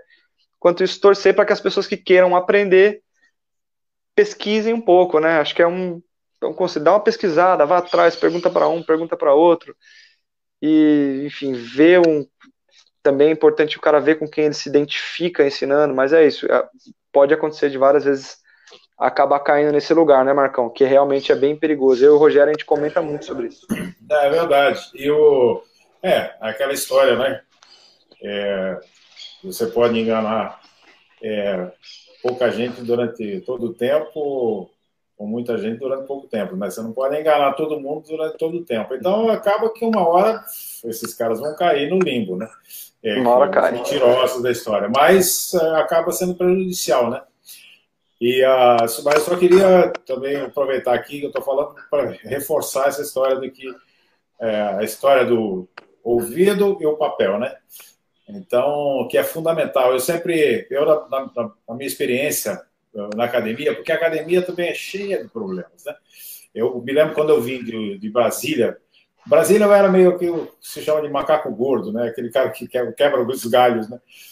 Porque eu entrei cheio de energia quando eu fui contratado lá pela UNB. Então, além de ter criado o curso de violão, eu também dava o curso de harmonia, que tinha uma certa carência de professores. Criei o curso de harmonia funcional lá que não tinha, e ainda era o regente do coral, enfim, cuidava do coro da universidade. E quando eu vim transferido a Brasília, eu vim para ser professor de harmonia. Na época, era um curso esdrúxulo que chamava-se Harmonia e Morfologia, ou seja, era um curso que tratava de harmonia e de formas musicais. Não tem nada a ver uma coisa com a outra, né? A estruturação musical, a forma da música e tal, não sei o quê, não tem nada a ver com o conhecimento e a teoria da harmonia em si, né? São cursos, um é curso de análise, entendeu? De formas musicais, e o outro de harmonia. E eu me lembro que eu sempre tinha uma certa dificuldade, percebia e aí eu tinha uma turma que já era quinto período de harmonia. E um dia eu comecei a explicar qualquer coisa na sala, ele me deu um troço na hora que eu falei, bom, turma, um teste.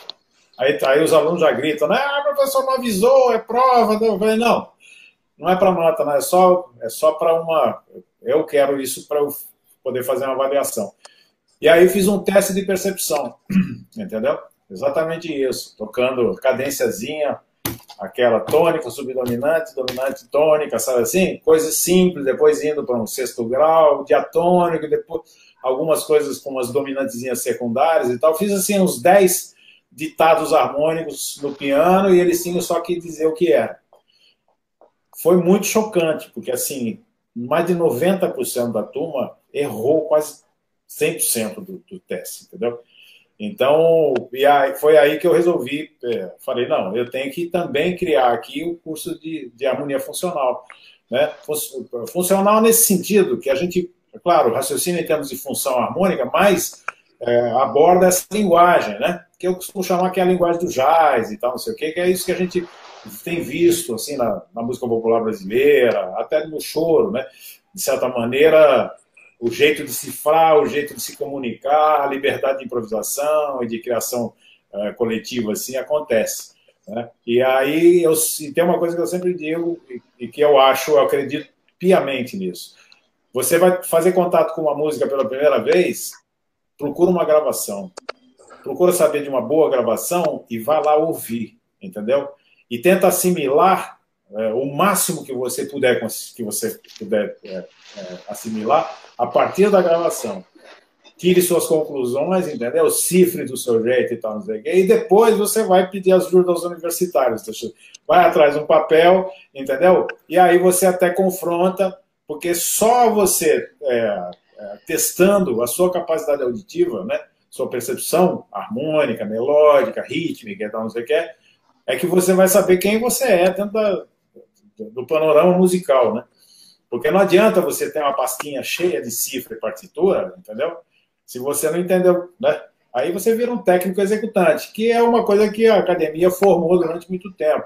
E está em xeque já há muitos anos também, né? Porque começou a aparecer, porque sempre houve uma certa fronteira, que é uma bobagem entre a chamada música clássica e a música popular, né? Eu acho que é mais uma questão de classe social, essa coisa, do que propriamente da arte musical. A arte musical, ela não, então, porque é uma, né, porque assim, aí, sei lá, o camarada, a aula de instrumento dentro da academia tem que ser individual. Alguém que propunha uma aula, por exemplo, em grupo, você formar um grupo de 4, 5 pessoas, era mal visto. Eu mesmo propus isso dentro da UFRJ e fui repudiado veementemente, né? Entendeu? Então, aí você diz assim, mas, pô, né, o cara vai estudar física quântica, entendeu? Ele está numa sala de aula junto com mais, sei lá, 20 neguinhos, até mais às vezes, né? Ou seja, uma matéria complexa. Por que a única explicação é porque é uma herança, entendeu? É uma herança meio aristocrática, europeia, entendeu? Dessa coisa de ter o personal trainer, né? Para você fazer né?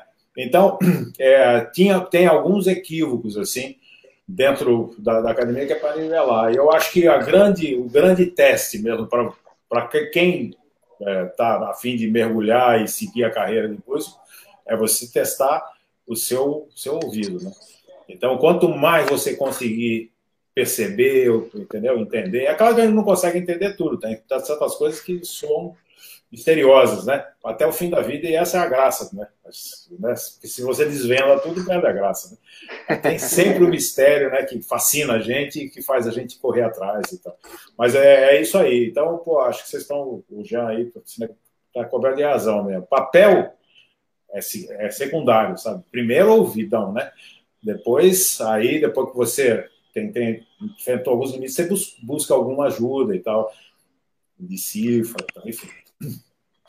Total. Eu gosto disso. O Proveta na escola, ele fazia uma coisa legal, que eu acho que era a coisa de passar para os alunos a coisa técnica antes, né? Ele tinha uma outra visão na cabeça, né?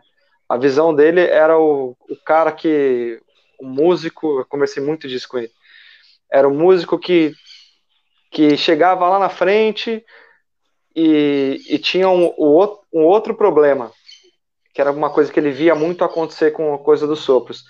Pô, o cara toca música instrumental, aí o cara gosta de improvisar, não sei o quê, mas tinha coisa pro Proveta, o que incomodava ele era o problema do som, era o cuidado com a sonoridade e tal, e aí eu sinto que ele levava um pouco para esse lado. Então, acho que tentar achar o equilíbrio é o difícil, né? A parte técnica, arrumar o cara ali o máximo que você puder, e junto com isso ter a música, ter a percepção, ter o ouvido. É um desafio realmente grande e acho que a gente vai continuar a vida inteira buscando isso aí, né? Exatamente. Coincidência falar isso aí, viu, Jean? Eu também tenho um curso online, né? E a primeira aula é o equilíbrio desses fatores, bicho. Que assim, você tem que ser capaz de escutar o que você é capaz de tocar, essa parte mecânica, né? Alinhar a parte auditiva com a parte mecânica, de certa forma, com o entendimento, como o Rogério falou aí, de saber a formação das tétrades, da formação de tríade, tétrade, as relações com as escalas, e ser capaz de visualizar isso. O nosso instrumento tem essa questão visual, né? Você consiga enxergar o braço todo do instrumento como um todo, né? Acho que esses 4 elementos, mesmo, eu acredito bastante nisso, que mesmo no início, mesmo você aprendendo os primeiros acordes, você está aprendendo a sonoridade da tríade maior, se você já souber ouvir ela, souber executar ela de uma forma com sonoridade e entendendo como ela funciona no braço do instrumento, e, de certa forma, com entendimento melódico, intelectual também, que ali só são 3 notas, que estão se repetindo, empilhadas de forma diferente, a depender do voice. Acho que para cada um desses tijolinhos que você coloca, se ele estiver bem colocadinho ali, é mais difícil da pessoa se frustrar num momento como que vocês estão descrevendo aí, que às vezes o cara chega já está tocando, mas aí não entendeu nada, que nem o Rogério falou aí, não entende as ferramentas, os fundamentos, ou o Marco falou aí de gente que está em harmonia 5 e não consegue ouvir 1, 2, 5, 1, 6, 2, 5, né? Se essas coisas são resolvidas na etapa correta, na hora que o cara estava conseguindo tocar ali, aprendendo a tocar um 6, 2, 5, aprendendo a parte mecânica, né? A tirar som daquilo ali, se ele já começa a ouvir, ou vice-versa. Às vezes tem gente que ouve pra caramba também. Aposto que muita gente conhece aqui, gente que tem um ouvido, você vê que é um ouvido musical super desenvolvido, mas que deixou um monte de outra coisa para trás e fica achando que não é capaz por causa dessas outras situações que deixou para trás, né? Acho que esse equilíbrio é fundamental. Assim, obviamente que é utópico você ter esse equilíbrio o tempo todo, como o Marco falou. Tem coisa que ele não consegue ouvir. Vai o tempo todo ter esse mistério, mas se você estiver atento a ele, é mais difícil de você se frustrar no processo e estar o tempo todo entusiasmado e com a conexão com a música que te traga felicidade, né? Que te traga bem-estar com ela. Isso aí que você falou, eu acho que é importante demais, o lance do equilíbrio, né?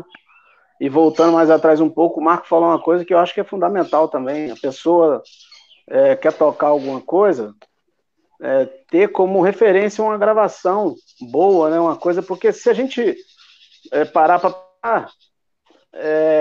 eu acho que é muito necessário a pessoa aprender música lidando com a situação real que ela vai enfrentar na música, né? A música é igual aquele rio que a folha cai no rio. E ela vai andando, ela não vai, não, espera aí que eu vou fazer o baixo agora. Não dá para esperar, não espera não. Então você tem que estar acostumado a lidar com isso, né? É a harmonia que vai estar acontecendo, as notas que você pode tocar e a precisão rítmica que você vai precisar tocar, né?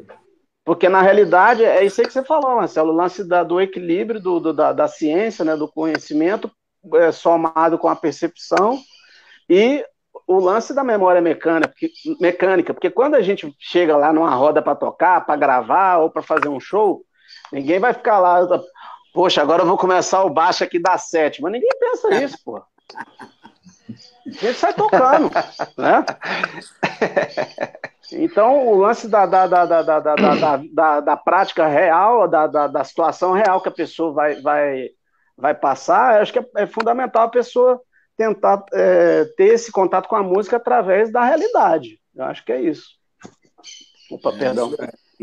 E eu acho que isso é um grande desafio da academia, né, é um grande desafio da academia, fazer com que o que acontece ali naquele prédio corresponda ao que acontece na noite com a folha andando aí. O Rogério colocou, bicho, você vai com a folha ou você não vai e a folha vai te deixar para trás. Não, mas eu acho que a coisa está mudando, né? Já começou um processo de mudança, né? Desse pessoal que veio do que se chama corriqueiramente de música popular e tal, não sei o quê, né? Os instrumentistas, né? Então, porque esse negócio do popular também é meio perigoso. Eu sempre já conversei com o Rogerinho algumas vezes, porque, enfim, eu tenho um certo, enfim, certa dificuldade de aceitar esse termo, sabe? Eu sei que o Jean contou a história do... Né? Aí tem lá em Itajaí tem o Conservatório de Música Popular Brasileira, né? Aqui no Rio fizeram, na Unirio, bacharelado em Música Popular Brasileira. Eu acho perigoso esse negócio de música popular, entendeu? Porque isso pode dar maior... Porque música popular é bem amplo, entendeu? Sertanejo universitário é música popular, aquele pagode de má qualidade é música popular. Tem as piores coisas que a gente que gosta de música e lida com a arte musical de uma forma séria e profunda, tem coisas que a gente acha que, entendeu? Não valem a pena serem abordadas ou não entram dentro. E esse caldeirão musical que a gente, de certa maneira, nos atrai, nos fascina, ele é muito grande, né? Não é uma coisa que está restrita ao mundo do choro ou ao mundo do violão clássico ou da música clássica, né? Tudo, até, sei lá, tem uma manifestação. Você mesmo ouvir um cara fazendo um negócio de muito amplo. Um indiano, entendeu? Fazendo um negócio com a boca e tal, não sei o quê, ritmo em cima de 17 tempos. Você fala, caraca, eu acho, né? O próprio Edu Ribeiro, né, que o Jean citou aqui, né? Toda vez que eu vejo o Edu tocar, eu saio meio de cabeça baixa pensando assim, pô, eu achava que era até bonzinho de ritmo e tal. Porque é um senso rítmico absurdo, né? Tem uns caras que... Então, sei lá, divaguei um pouco aqui, mas aí, mas essa é uma coisa do popular, né? Tem uma mudança que está acontecendo e esse pessoal que veio dessa tal música popular trouxe novos desafios, né? Você tem um cara, por exemplo, sei lá, eu vou citar esse que é um amigo querido de todos nós, que é o Yamandu, né? E que é um fenômeno mundial hoje, enfim, tem um prestígio, uma popularidade incríveis, né? E com toda a razão para ter, né? O Yamandu é um cara que vem entendeu? Vem dessa coisa, não tem nada de formação acadêmica. O cara, né? A família é o pessoal que saía pelas estradas e tal, o grupo do pai, da mãe e tal, ele molequinho cantava lá, foi tendo esse contato real com a música mesmo, né? E hoje é um cara que toca com grandes orquestras no mundo inteiro e tal, não sei o quê, né? Já foi convidado no Canadá para tocar o concerto de Aranjuez, por exemplo, né? Imagina, isso o mundo clássico deve ter se chocado. Esse cara tocando. Mas é isso, tem uma bagagem, né? O cara traz uma coisa, e esse é o mundo atual, é isso que a gente... Então, essas diferençazinhas, entendeu? Essa coisa meio rançosinha da academia e tal, isso tem que acabar. A academia teve um tempo, eu me lembro, tinha um professor na época que eu estava na UNB, não sei se o Rogerinho chegou a conhecer, o Gonzaguinha, que era um clarinetista, já falecido há um tempo, e tinha uma coisa que ele dizia, que já naquela época, ele dizia assim, a tendência das escolas de música, das academias de música, né, especialmente dentro das universidades, é se transformarem em centros de musicologia. Entendeu? Então, assim, hoje em dia se pensa muito mais a música do que se faz música dentro das academias. Né? Isso é um problema, eu acho. Eu acho que o fazer... Não que... Não estou desprezando a atividade psicológica, sabe assim? Eu acho que ela é importante também. Mas eu acho que o fazer música é o fundamento da história. Né? Se você não faz o som acontecer, né? Aí, para a gente ficar só no nível das ideias, falando sobre música e pensamentos profundos e tal. Né? E eu acho que esse acesso que facilitou muito o acesso com todas essas ferramentas que a gente tem hoje e tal, não sei o quê. Eu acho que, de certa forma, abriu e facilitou o acesso ao ensino, digamos, mais acadêmico, né? Acesso a material didático, livros, métodos e tal, não sei o quê. Hoje em dia, eu me lembro quando eu comecei, né? Sou contemporâneo do Beninati também, a gente chorou muito as mágoas juntas, assim, em tempos idos, que não tinha, né, cara? A única coisa que tinha era no disco, que virava ali, não tinha método, não tinha livro, não tinha partitura, literal. Hoje em dia você tem vídeos, né? Você entra no YouTube, você tem uma infinidade, você vê o cara tocando ali, você pode parar, como diz o Jean, você para, volta, vê de novo no outro dia e tal, e vai devagarzinho, e a gente vê o resultado disso. Tem uma nova geração aí, entendeu? Pintando, né? Aí, enfim, essa turma toda aí, o próprio Jean, né? E que já veio com né? Com esse calço de informação dado pela rede social, pela internet e tal, não sei o quê.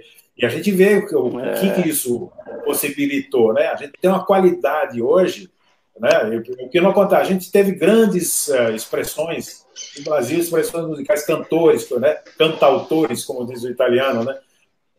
Cantores, compositores e tal, como a gente tem, os velhos são os melhores até hoje, né? Então, eu acho que aquela geração dos anos 60 e tal, né? A gente tinha Milton Nascimento, Caetano Veloso, Gilberto Gil, depois João Bosco, Djavan, um pouco mais tardiamente. Esses caras que eram muito impressionantes do que faziam, né? E de uma forma totalmente intuitiva, né? E hoje a gente, nesse universo, né? Eu não sei se está muito limitado, mas de certa forma não, porque tem esse espaço de... A gente acaba sabendo. Não que não tenha, tem muita gente legal. Mas, no meu ponto de vista, eu acho que a qualidade do instrumentista brasileiro subiu de uma maneira incrível. Assim, a gente tem, hoje a gente tem craques em vários instrumentos assim, que, cara, são verdadeiras referências. Assim. Eu acho que você descreveu isso aí, bem Marcão. a coisa do desafio aí. Esse desafio aí mesmo, Marco, de não ficar um lugar de ter musicologia só, né? De ficar só pensando. Exatamente. Mas, por outro lado, só para a gente concluir, que já estamos quase 2 horas aqui, outro dia eu estava conversando com uns amigos meus bateristas e falando de como a história da bateria do jazz é bem escrita, né? De Chick Webb, né? A Max Roach, chega o bebop, depois o hard bop, isso tudo é super bem escrito, Elvin Jones, Tony Williams, né? Você tem a discografia e tem isso tudo muito bem catalogado e documentado, né? Na história do instrumento. E na bateria brasileira tem um monte de nome que assim você não entende muito bem, né? Dom Romão, onde se encaixou ali do lado de Edson Machado, e eu acho que a academia, só para defender também a minha postura acadêmica aqui, que eu acho que a academia tem uma função fundamental nisso, em voltar e resgatar, né? Dizer, ó quem fez, ó qual foi a história, quem veio antes de quem conversava com quem, né? Vai falar de você conversando com o Bellinati em algum momento, né? Ó, Marco Pereira conversava com Paulo Bellinati sobre a falta de bibliografia na época deles. Eu acho que isso é importantíssimo também na academia. O que eu defendo mais uma vez é o equilíbrio, né? Da gente ter a parte, não ficar só no musicologia, mas também não ficar de esquecer todo mundo que está fazendo e continuar fazendo, porque é importantíssimo esse processo histórico, pelo menos eu acho. Né? Tem uma coisa, sem querer ocupar demais o espaço aqui, mas só um comentário, porque tem uma coisa na academia que... Por favor, Marco Pereira, ocupe o espaço. Que é o seguinte... Por favor. Porque é o seguinte, às vezes para você entrar, né? Eu entrei na UNB e tal, não sei o quê, depois consegui, até com uma certa sorte, assim, que não é muito fácil conseguir, eu consegui, sem nenhum trambique, foi tudo... eu FRJ e tal, e eu já estava sonhando em poder estar no Rio de Janeiro e tal, queria vir para cá. E, enfim, fiz essa mudança. É difícil, não é fácil, né? Entrar na academia. Você passa você faz uma semana. Eu já fui banca de vários concursos no meu departamento e tal, e cara, é cascudo, assim, não é um negócio que tem que se preparar muito bem para entrar. Opa, perdemos o Marco. Alô? Vocês estão aí? Rogério, eu tô ouvindo vocês bem. Tô. Marco cortou. Voltou. Tá. Opa, subi de novo. Agora caiu. Acho que a internet tá ruim. Mas enfim, voltou, Marcão. Não, você estava falando das bancas, do quanto é cascudo o processo de entrada, né? Então, eu estava dizendo, é muito difícil entrar. E acho que depois que a pessoa está dentro, a pessoa, de certa maneira, se acomoda um pouco, né? Porque você tenta se garantir. Então, assim, o que eu quero dizer é o seguinte, ninguém quer dar mais cara a tapa, sabe assim? Você já passou você já gramou, entendeu? Sofreu ali aquele processo para entrar e depois você meio que... Então você se acomoda naquela situação. É muito difícil, agora vem o que eu estou querendo dizer mesmo, é muito difícil alguém, um acadêmico assim, abrir o peito e dizer assim, cara, esse assunto eu não manjo não, pô. Você pode falar disso para mim? Eu quero aprender isso aí, entendeu? E fale disso mais, eu quero saber mais, sabe assim? Ter essa disponibilidade, esse peito aberto, sabe assim? A franqueza dizer, porra, esse assunto eu não sei, mas eu acho que é importante, eu quero saber. Então, e aí é que atravanca um pouco o progresso, sabe? Astravanca o progresso. Então, porque tem uma certa comodidade dentro da academia, né? Uma coisa de respeito mútuo, assim, mas ninguém se questiona muito, né? Então, é difícil mexer. Mas eu acho que a tendência vai mudando, sabe assim? Enquanto a gente tiver, né? Se esses caras de agora aí não acabarem com essa porra toda, né? A tendência, eles estão querendo, mas a gente não vai deixar. Outra coisa que... não, fale, Jean, desculpa, pode falar. Não, só queria porque a gente está aqui debatendo sobre o ensino da música que eu chamei de popular, então eu queria falar das duas coisas, só para deixar claro que concordo com o Marcão sobre o termo popular, que às vezes a gente usa, tipo, quer dizer uma coisa e às vezes parece outra, realmente um termo que a gente tem que começar a tomar cuidado, né? Até para falar da música que a gente faz, né? Se a gente for comparar um quarteto de cordas e um quarteto de choro, ou uma big band, que a gente pode chamar de música popular, mais ou menos, né? Qual que é a diferença entre eles? O que caracteriza um, o que caracteriza o outro? Concordo que realmente é um lugar meio que a gente tem que tomar esse cuidado. E falar também, bicho, que a academia para mim foi um negócio assim libertador, porque às vezes a gente tá falando de coisas que não são tão legais. Pô, quando eu entrei lá, eu tive contato, eu era um chorão, conhecia choro e samba. Eu entrei lá, bicho, minha cabeça explodiu. Um campo enorme de possibilidades se abriram.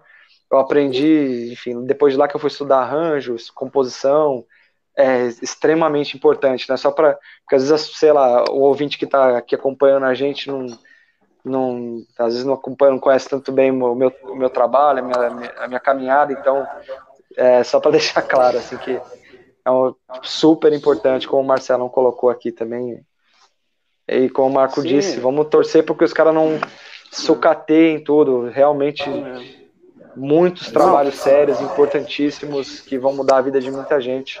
Então, na academia, com certeza. Porque o fato da gente fazer algumas críticas, né, não significa que a gente negue a importância, né? São fundamentais. As críticas que a gente faz é só no sentido de buscar uma coisa melhor, né? Aprimorar, enfim. Sim. Né? Exato. Essa é a ideia, né? Essa história, sem querer esticar muito o assunto, mas essa história da música popular, eu acho porque a gente, você vê, a gente não tem uma estabilidade democrática nesse país, nunca teve, né? Então, a gente vê que é golpezinho atrás de golpezinho, cada hora aparece um maluco, sabe assim? E, nos últimos tempos, né, o que a gente tem visto na história recente do Brasil, então, eu vejo assim, isso eu conversei com o pessoal do Conservatório de Itajaí, sabe assim? Conservatório de Música Popular de Itajaí. Disse assim, pô, amanhã muda o prefeito aqui, sabe como é que é? Porque alguém foi eleito ou por fake news ou por caralho que seja, entendeu? E aí, pô, isso pode ser um cargo de confiança, entendeu? Aí bota um cara que acha que tudo isso que a gente faz é uma porcaria. Porque quando, na verdade, assim, quando os músicos, em geral, e até a própria bacharelada de música popular brasileira da Unirio, né? Parece assim que não, mas a gente entende, é isso, entendeu? Então, assim, é mais né, o universo do choro e tal, Tom Jobim e tal, não sei o quê, né? Sabe assim, tem um negócio que é meio consenso, mas é perigoso. Sim, perigoso. É perigoso. Sim. Estou de acordo. Esse lance da academia... Estou de acordo. Eu, assim como o Jean, eu também me formei aqui na UNB e foi muito importante para mim, a academia, ter contato com a obra de grandes mestres que eu também não conhecia, né? Um cara muito importante que eu ouvi, até o Marcão até falou que chegou a ouvir ele, não sei se você conheceu ele, Marcão, foi o Olivier Messiaen, um cara que eu ouvi muito na UNB e, assim, um cara que tem muito a ver com a minha forma de tocar hoje em dia, muita coisa que eu tirei desse cara, né? Absorvi da obra dele, né? Com relação às escalas alteradas, as escalas de tons inteiros, escala diminuta, uma coisa que esse cara utilizava muito na obra dele, e foi uma música que eu tive contato na universidade, né? Então, eu acho que eu torço para que no futuro a universidade seja cada vez mais ocupada por pessoas que tenham um estofo, que sabem do que estão falando, né? Assim, tanto teoricamente quanto na prática. Exatamente, sem preconceito e com... Né? Sem preconceito nenhum, cabeça aberta. Claro. Música é tudo. A gente aproveita. Até Metallica, eu faço baixaria que eu tirei do Metallica. Grupo de rock. Ué. Então não tem essa. Tudo que eu puder absorver para botar na minha música, eu absorvo. Com certeza. Acho que é por aí. É isso aí. Beleza. Cadê o Marcelo? O Marcelo sumiu aqui. Ih, Marcelo sumiu? Estão vendo ele aí, não? Não, Nossa, sumiu aqui pra mim. Chegou, Tá voltou. voltando aí agora. Ah, eu vi. Mas eu estava ouvindo, Beleza, eu gente. ouvi vocês, mas não estava eu estava conseguindo ouvir, que o Rogério tirou baixaria do Metallica. Verdade. Muito legal, muito legal. Turma, Maravilha. obrigado. Acho que é isso, né? Quase 2 horas de papo. Ó, aí. papo Ei, delicioso. coisa boa. Pô, foi bom, hein? Bom demais. Cantos dos 7 cordas. Oh, Ei, maravilha. Ô, Marcão, bicho, Diego, que honra, meus irmãos Marcão, queridos. tá aqui com você, com o Rogerito. Marcelo. Ei, coisa boa. Marcelo, obrigado, gente. Até Beijão. a próxima aí. Saúde aí, tamo junto. Estamos esperando a Yara chegar. Oba, tá chegando, tá chegando. Yaya. Assim que ela chegar, Avisa nós, eu vou Jazê. pra vocês. Beijo, meus irmãos. Obrigado. Beijão.